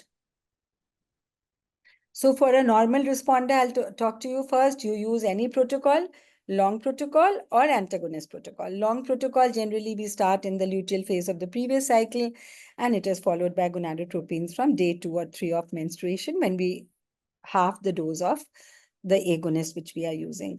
We use it very less often now because it has 21 days of agonist injections or a depot to be taken earlier, and then all the gonadotropin injections also. Antagonist protocol, flexible fix, this is most convenient because the number of injections are less. Sometimes patients come to me and if we've done 2 cycles for them, they say, you know, I took 46 injections. Like they count everything which they've taken. So it is very painful to see these young girls coming with this scare that they've taken so many injections. The dose of gonadotropin for a normal responder should be either 225 or 300 IU per day, never more than that, and rarely even less, but yes, you can make it 200 also. Good cohort formation is important before you do a controlled ovarian stimulation cycle for them, before you do ICOS for them. Make sure that there's no one follicle which is running out of the whole cohort and has already become 12 or 13 or 14. Now, what do you do in high responder? This is also easy, but I would say it's not so easy. Antagonist protocol is the preferred protocol here. So I told you in normal responders, you can use agonist long or antagonist both. But if she's a high responder, you will always prefer to use antagonist protocol as your first choice. Agonist trigger and freeze all embryos if she's overstimulated. All protocols require low starting dose of FSH, which is 100 to 200 units per day, and still may get over or understimulated. So you have to be very careful. You start with 100 and you find very poor response. I've started with 125 and I found such a hyper response that I was holding my head and sitting that what did I do to this patient? And we really stimulated her, and that was only 125. So these are patients where ICOS becomes most important. Now, all the algorithms for dose of FSH are, they normally consider either age, AMH, and basal FSH, or like I told you, the 3 algorithms with AMH, or age, AFC, and basal FSH. And these are all for the high responders, because you must know the right dose to start for them. And if you see here, very interesting to see that the age is 30. Here, the FSH basal is 4. So you have to just take a cross, and the AMH is 4. So if AMH is 4, you make a line from here to here and extend it to the middle line. And you make a line to join this. Now, this is the FSH starting dose. Here, what dose will you use? 150 units.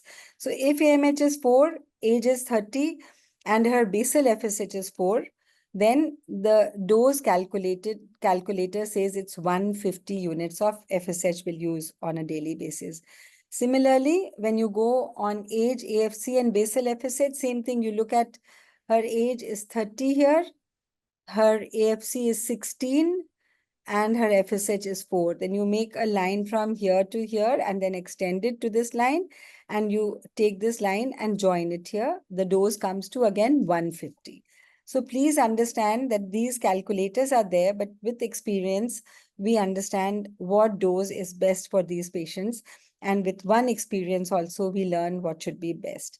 So here you have to know that in case of very carefully calculating the dose, you have still overstepped the dose and you have had too many oocytes. First thing is you'll use always antagonist protocol. Then you will give a agonist trigger and you will cryopreserve the embryos. With agonist trigger, we rarely do a fresh transfer. So once you are cryopreserving all the embryos, you may not do a fresh transfer, but in very rare instances where you've not made any embryos to cryopreserve, there's just one, like sort of a feeble embryo which you think you want to transfer, then you have to give aggressive luteal support if you go for a ET. I would still prefer not to go for a ET, to have a OHSS free clinic, because I'm extremely sensitive to the pain of these young girls.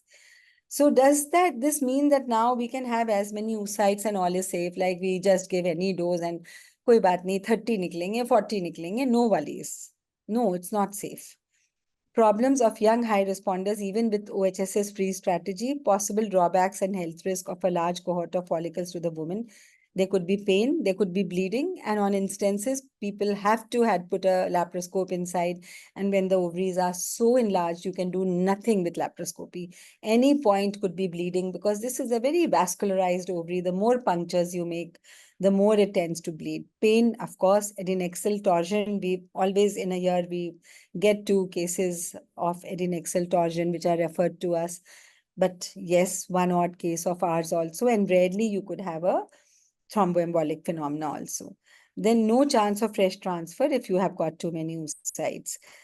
Freeze all becomes a rule, which has its own perils also. And what are the perils of freeze all? Responsibility and storage of surplus embryos. Like my hospital has stopped giving us cryo cans because they say that you have so many cryo cans, start discarding embryos. Otherwise, we'll have no space to keep the cryo cans. Then it is known with frozen embryos that the baby is slightly larger, possibly due to epigenetics with its antecedent health risk. Macrosomia later on is a precursor to metabolic diseases also. And maybe there is a small increase in childhood cancer risk, which is, say, 1 in 20 lakh babies. So we don't think that this impacts our practice, but responsibility and storage of surplus embryos is very big. And that is one thing which we would want to avoid. So the cumulative live birth increases with the number of retrieved oocytes because you can make more embryos. But best estimate is retrieval of 15 to 20 oocytes in freeze-all cycles, representing a good balance between safety and efficacy. But if you want to go in for fresh embryo transfer and still freeze, then your best number is 10 to 15 oocytes. So if your oocytes are 15 to 20, please don't transfer freeze all. But if you want to do both the things, then if you get 10 to 15 oocytes, say 10 to 14 oocytes, I would say, then I would maybe dare to do a fresh transfer if the patient doesn't feel a lot of distension and discomfort on day 5 when I call her to evaluate if I am contemplating a fresh transfer. Having said that, comes our most important group of poor prognosis group or the poor reserve group. Antagonist protocol with flexible regime is now very popular, but GnRH agonist long protocol has come back. Why? Because this makes the best cohort. Then there are stimulations where we do 2 stimulations in the same cycle or 2 consecutive stimulation without transferring any embryo. Here you can transfer embryos because they are not hyper responders, but we don't do that. We collect embryos. Why? Because one failed cycle and the patient doesn't return for 6 to 8 months is so demotivated, so demoralized. So these are the various regimes which have come out, the duostim, the biostim, duostim fresh with luteal start. And people also go for minimal stimulation with repeated cycles, and they use clomiphene, letrozole, or sometimes gonadotropin in combination or alone also. But here, cohort formation is the most important thing because she's already a poor reserve patient. If you don't make a cohort, suppose she has four antral follicles in both the ovaries, but the cohort on the day when you're starting stimulation is just maybe 2 in one ovary and 2 or 3 in the other, I would say this is a poor cohort. And here, if you've given OCPs from day 2 for as little as 14 days or as much as 21 days, it should be able to make a good cohort because it will stop selection of follicles in the luteal phase. Estradiol valerate is the most popular treatment, 2 milligrams twice a day in a patient who has ovulated from day 22 or 23 till her menses starts. Now, by giving this estrogen, it just keeps the FSH inside the pituitary. It would negatively feedback the FSH, which keeps jumping out of the pituitary because she's a poor reserve patient.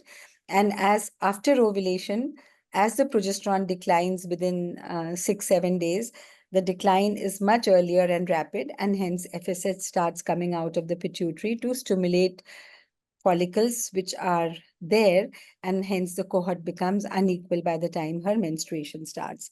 Progesterone also, progestogens are used for 5 days from day 21, like medroxyprogesterone acetate. In case you don't know whether the patient has ovulated or you've not tested for ovulation, and then you can follow it by estradiol 2 milligram twice till menses. It will do the same work which estradiol valerate alone does from day 22 or 23 in a ovulated cycle. Antagonist is another treatment which had been proposed but had never become popular because of the cost, the injectable nature.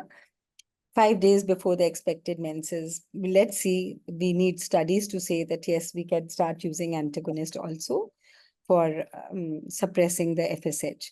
And here, of course, in a conventional IVF, would use a higher dose, which I call as FSH 300 units a day. Add LH or HMG to FSH from day 1 of stimulation. So higher dose means 300 units. Please don't increase higher than this because what is there can only be stimulated. You can't stimulate anything which is not there.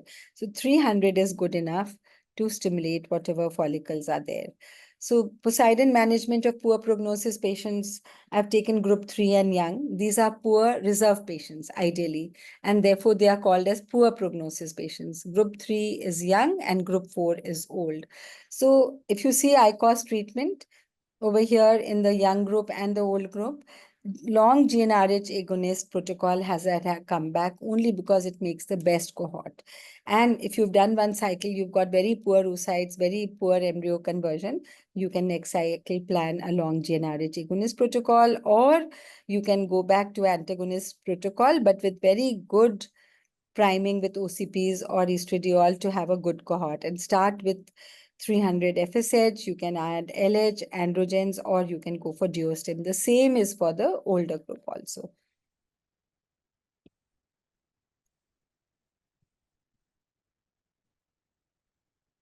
So this is what is new, that ICOS takes GnRH agonist protocol in these girls. And in the older group, you need more oocytes for one euploid blastocyst, whereas in the younger group, even if you get less eggs and you make blastocysts, they are generally euploid. So you can do with just one cycle stimulation. And this is Carlo Elvighi's latest protocol, which was published. And it was for group 3 and 4, which we are talking about, the poor reserve patient. And adjuvant treatment can be given or it may not be given. This is more than 35 years. This is less than 35 years. If you give adjuvant treatment, then what are the three adjuvants which I advocated? Either androgens, growth hormone, or CoQ10. Here, adjuvant treatment, then androgens and growth hormones are the two things.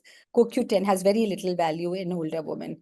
And you use long protocol, or you use antagonist E2 or estradiol or OCP pre-treatment, or you use Diosym. The same is here. So nothing changes whether the age is less or no. Adjuvants, they say CoQ10 is not effective in older women. And you use 300 units of recombinant FSH. This is exactly what we do. I don't ever use 375 units also. And I'll tell you, if you listen to this, it works very well.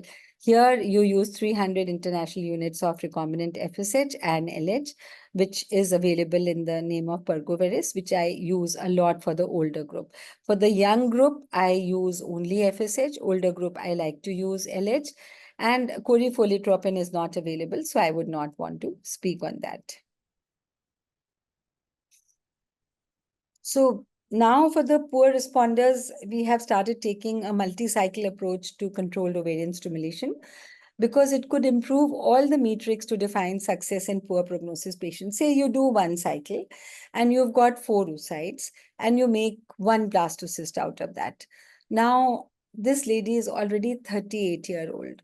This 1 blastocyst has a high chance of being aneuploid. So please do another stimulation. Try to make more blastocysts, at least 3 to 4 blastocysts in a woman who's older than 37 or 35 will be needed to give her a live birth. Because if you go on transferring this and she goes on failing, within two stimulations and 2 transfers, she will run away. She will not have the heart to go again, or you would suggest her donor eggs. And so many women come who are so averse to have donor eggs. So what will we do later on? I mean, what is in the future for us? Say either we do multiple stimulations and collect embryos so that once we start transferring for second, third transfer, at least she gets pregnant, or we have methods to improve or restore oocyte and embryo competence, especially in advanced maternal age. And this day is not very far, because mitochondrial enrichment is now being tried quite successfully in a lot of research setting studies. So, should the regular implementation of multi-cycling counseling strategy be the next relevant shift in perspective needed in ART? I think yes. We have started doing it. If anyone comes with an AMH of less than 1.2 nanograms or 1 nanogram, we always tell them that if we can take out enough oocytes, sometimes you take out 4 or 5 and you make 3 good blastocysts, but it's not always the same story. So we tell them that we will stimulate you second time, either as Diostim or Bistim, which we start on day 2 of the follicular phase again. But till we don't collect 3, 4 blastocysts, we are not going to move ahead with transfer. And if you tell them right in the beginning, there is no disappointment if they make 1 embryo or they don't make an embryo or they make less embryos. This is the protocol which we use as Diostim. Like, this is very usual in my unit of IVF in Gangaram Hospital, that we use antagonist protocol. I use recombinant FSH or whatever, do the OPU, leave here. There's 3 days free of any drug, but now we've made it 5 days after seeing that when we leave it for 5 days, then we use less doses of FSH or FSH-LH in the second phase. I use only FSH in the younger patients and a combination of FSH-LH in the older patients. And I use medroxyprogesterone acetate, which is PPOS protocol in the luteal phase, because already there is progesterone there. I just maintain that progesterone so that LH surge doesn't happen, and then do a OPU also. So when we compare with other newer stimulation protocols for poor responder, there is Bistim, where you do 2 follicular stimulations in 2 consecutive cycles. And that way also the number of oocytes and embryos obtained, this study is still not published of ours, but we've done this. We have almost equal number of oocytes and embryos, but then there is a lot of temptation in these girls. When 1 good embryo is made in the first follicular phase stimulation, they undergo embryo transfer, and if it fails, then they don't come back for the second transfer. So Bi-stim protocol defeats the main purpose of duostim, which is to shorten the time of oocyte collection and embryo generation. So people who come from outside or even here, people are much happier, very easy to counsel them that first we're going to make in one cycle everything and then we'll do a frozen transfer. Then Raka et al. In Human Reproduction 2024 came out with duostim fresh, where they start in the luteal phase and then stimulate in the follicular phase, make all the embryos together and do a fresh transfer also. So, I mean, there are a lot of protocols which will come out in future also, where we'll do a multi-cycle stimulation to collect more embryos, but this is the way forward in IVF now for poor responders. Take-home points are desired number of oocyte recovery is the starting point towards success of an IVF cycle. So number one is oocyte recovery. Do whatever, make a good cohort. I'll tell you one thing, increasing the dose will not help you to recover more oocytes, but doing 2-cycle stimulation will increase the number of oocytes, will maybe double them and sometimes more than double. Then categorize patients according to expected response to improve outcome of controlled ovarian stimulation, and then give them ICOS. Analyze cycles where patients respond differently from the expected response. Now, a patient who has AMH, which is normal, who's still young and has suddenly you've been able to get 6 or 7 oocytes, then try to analyze what went wrong. Was the cohort not good? Was there a premature selection of a follicle? Was my pressure all right when I was aspirating? Was the fort and foy both normal? So analyze and see why it has been low. And we have to combine efficacy with safety in all women, especially in high responders. Cohort formation is important while using antagonist protocol for low and normal responders. Also, we might make a normal responder a low responder only because of a poor cohort. Adjuvant should be the last resort in poor reserve patients to retrieving oocytes. And hence, with this, I finish my talk and I'm open to all questions. Thank you, ma'am, for such an crisp and a targeted approach to the controlled ovarian stimulation and giving us helping us to individualizing our patients and the stimulation protocols. I request the chairpersons to give their inputs and any questions. For such a practical approach to the whole point, just one question.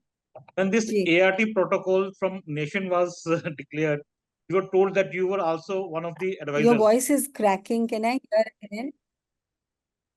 Dr. Gurnesh, ma'am. Just a minute. Let me enlarge my screen. And... Yeah.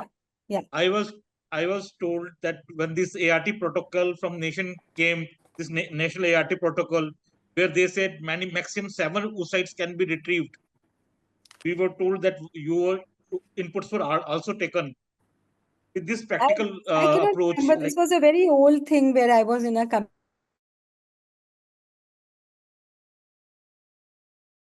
question that 7 oocytes can be taken out in a natural cycle. No, ma'am. In the donor cases where they in the law they have decided that 7 oocyte or 10 oocyte, and you are in the committee, and that yes, was so. Yeah, I understand. That was so premature, Dr. Gurnesh. It was so premature, and they just started to, form the law. There were so many non-doctors there. And if you see the Poseidon criteria, it says you need 5 to 7 oocytes to make 1 euploid blastocyst in a less than 35-year-old. So someone read that and said, oh, 7 oocytes, but they've changed it. They say you have to, we normally want you to stimulate just enough to have 7 oocytes, but you have to aspirate. So normally the count is in a young 30-year-old, 28, 26-year-old. Even 7 oocytes are good enough to make 2, 3 good blastocysts, which will have at least 1 euploid blastocyst. This was the whole theory behind it. The whole Poseidon study was put into it, and that is how the 7 figure came. It is 5 to 7. If you see my slides, I'll show you. Are the slides visible? Yes, ma'am. 4 to 7 you have written in the slide. This whole picture has been taken from the book where it was published. Can you see it? Yes, ma'am. I have was there in the presentation. We have seen you in 4 your to 7 presentation, for ma'am. one euploid. I 4 think to- someone, this is what I think, that, you know, someone got this idea in mind and they. Ma'am, आप mute हो गए, mute. So I think all the ART people were thinking that, you know, this would be a good criteria, but this didn't turn out, and that's why they changed the whole statement. And we don't write 7 oocytes ever. We write all which has been taken out, barring one odd case which gets hyperstimulated and we get more than 15, then we don't write. Otherwise, we write for everyone the right numbers only. Thank you. You're welcome. Hi, ma'am. It's always great to listen to your lectures and clearing our doubts, ma'am. It's a lifetime lessons also. I have one query, like if a patient is planned for biostimulation, do you give pre-stimulation or pre-treatment for second cycle also? I don't go for biostimulation a lot. I go for Yes, ma'am, duostim more, but yeah, biostimulation is being done in my center and we all do it from time to time. We don't give any pre-treatment in these cases because, you know, she's been so well stimulated, her hormones are so high that premature selection of follicle is not so likely in these cases. It could happen. One can give something if you want to give, but we normally don't give. Because, ma'am, we see so many CLs and refills, so it may affect or so. In duostimulation, you know, what I really have Yes, started doing, we give a 5-day gap. We start medroxyprogesterone acetate within 48 hours of the patient having had a OCR. I tell her, go back to your hometown. On day 5, we will let you know how many embryos you've made. If we find that embryos are only 1 or none, or 2, and we want more because she's of an advanced age, we tell her from the 5th day, when we give you a call, you start your injections, the same ones which we had given in the follicular phase. Take them for 8 days. Don't come back to us because E2 levels don't matter. Progesterone doesn't matter. LH doesn't matter. You're giving 1 medroxyprogesterone acetate. That is good enough to suppress the LH surge.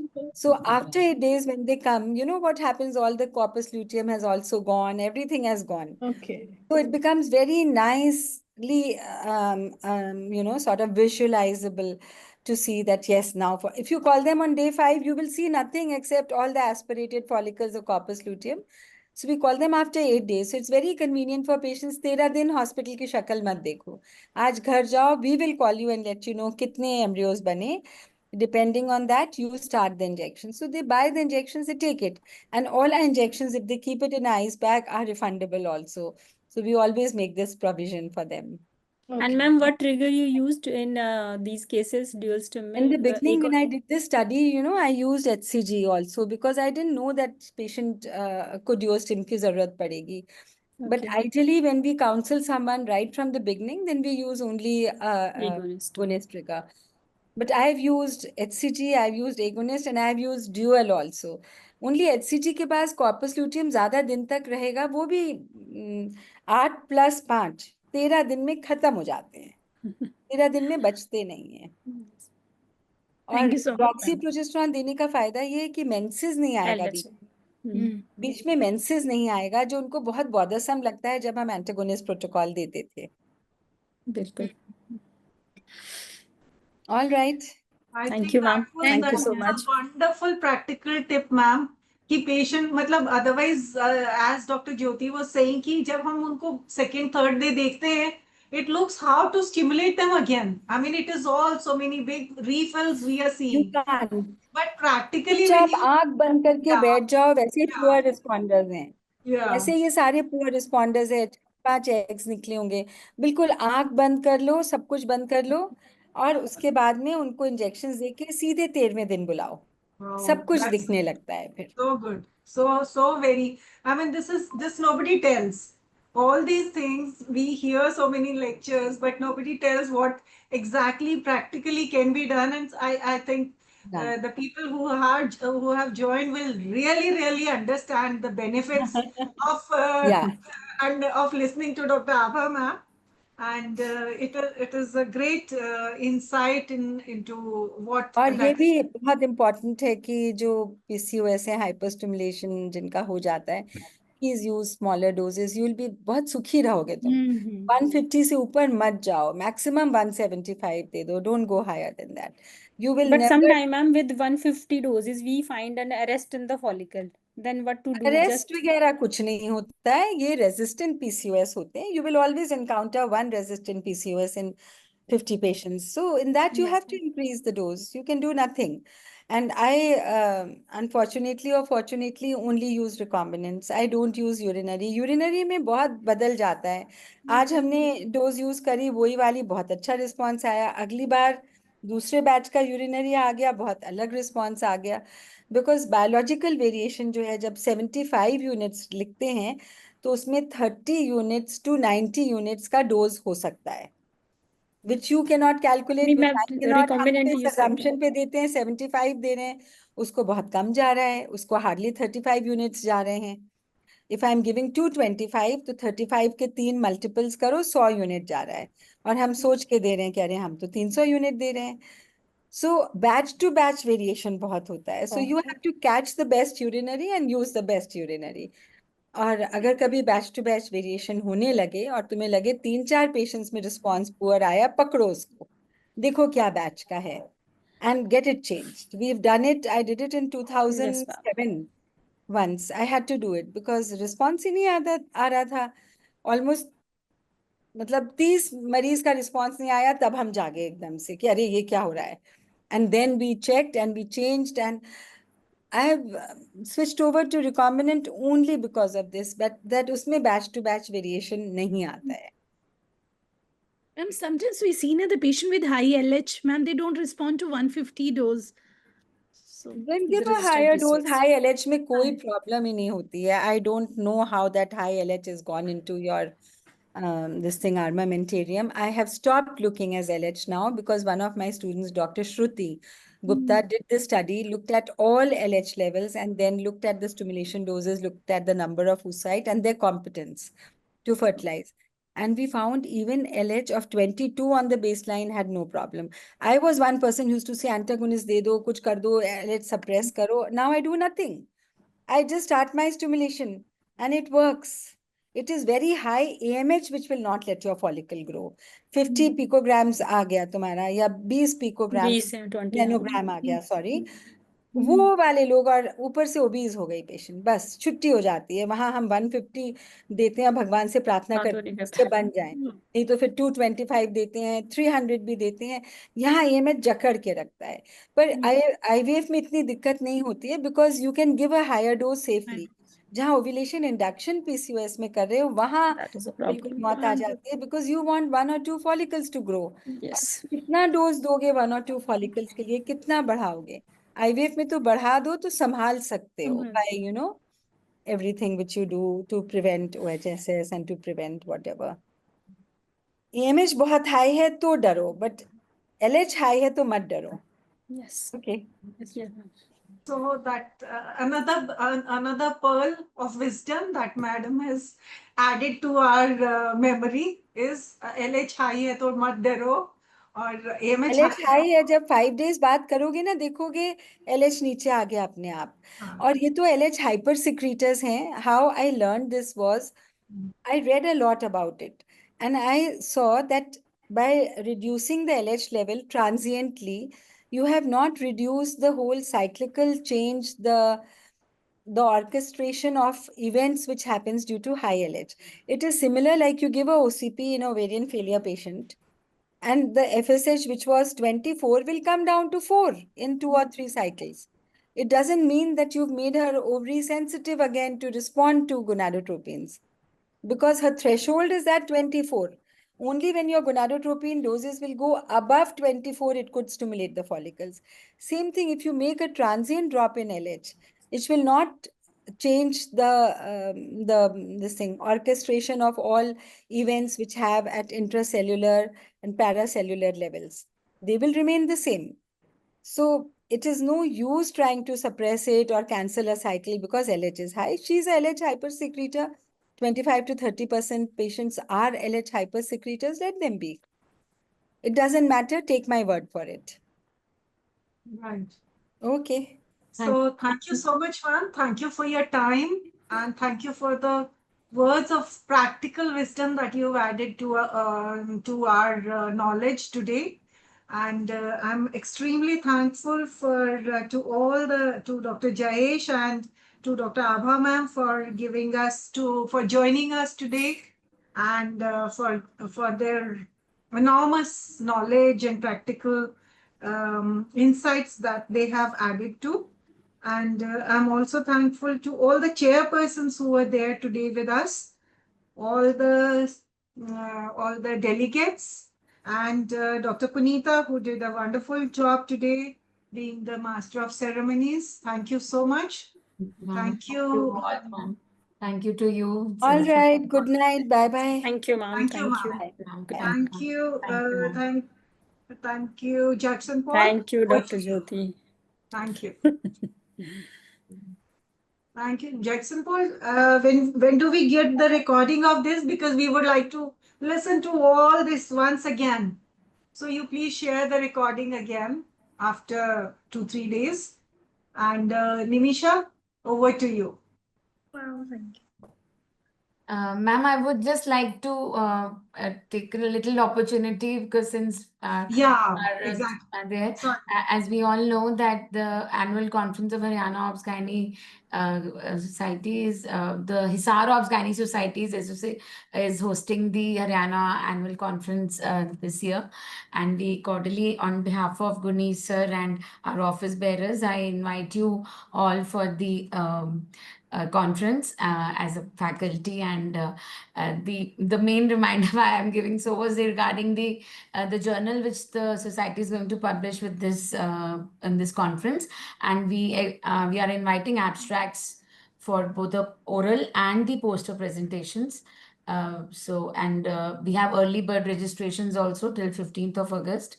The flyers have been circulating in the Haryana Obs Gynae Society as well, and we'll be forwarding to all of you. Sir, anything more to add, sir? Good, sir. Just on my, we will request all of you to yes, participate, yes, and you as all give faculty also and office give us bearers also with valuable ISAR. inputs. Yes, you all have to be present and bless us all.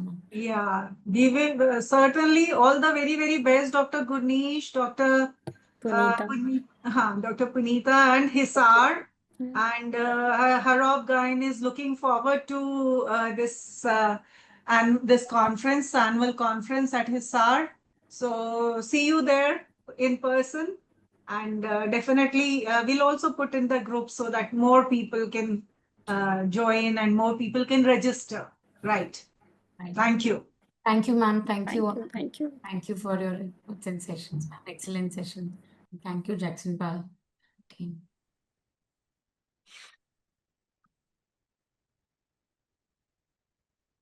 Yeah, Nimisha, are we closing? Yes, ma'am. Okay. Thank you so much. Thank you, ma'am. Thank you.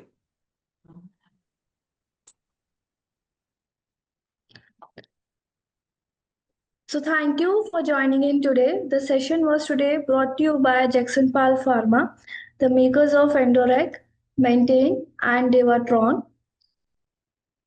So thank you once again for joining the session, and we look forward to your participation in the next webinar. Thank you and have a great day. Thank you.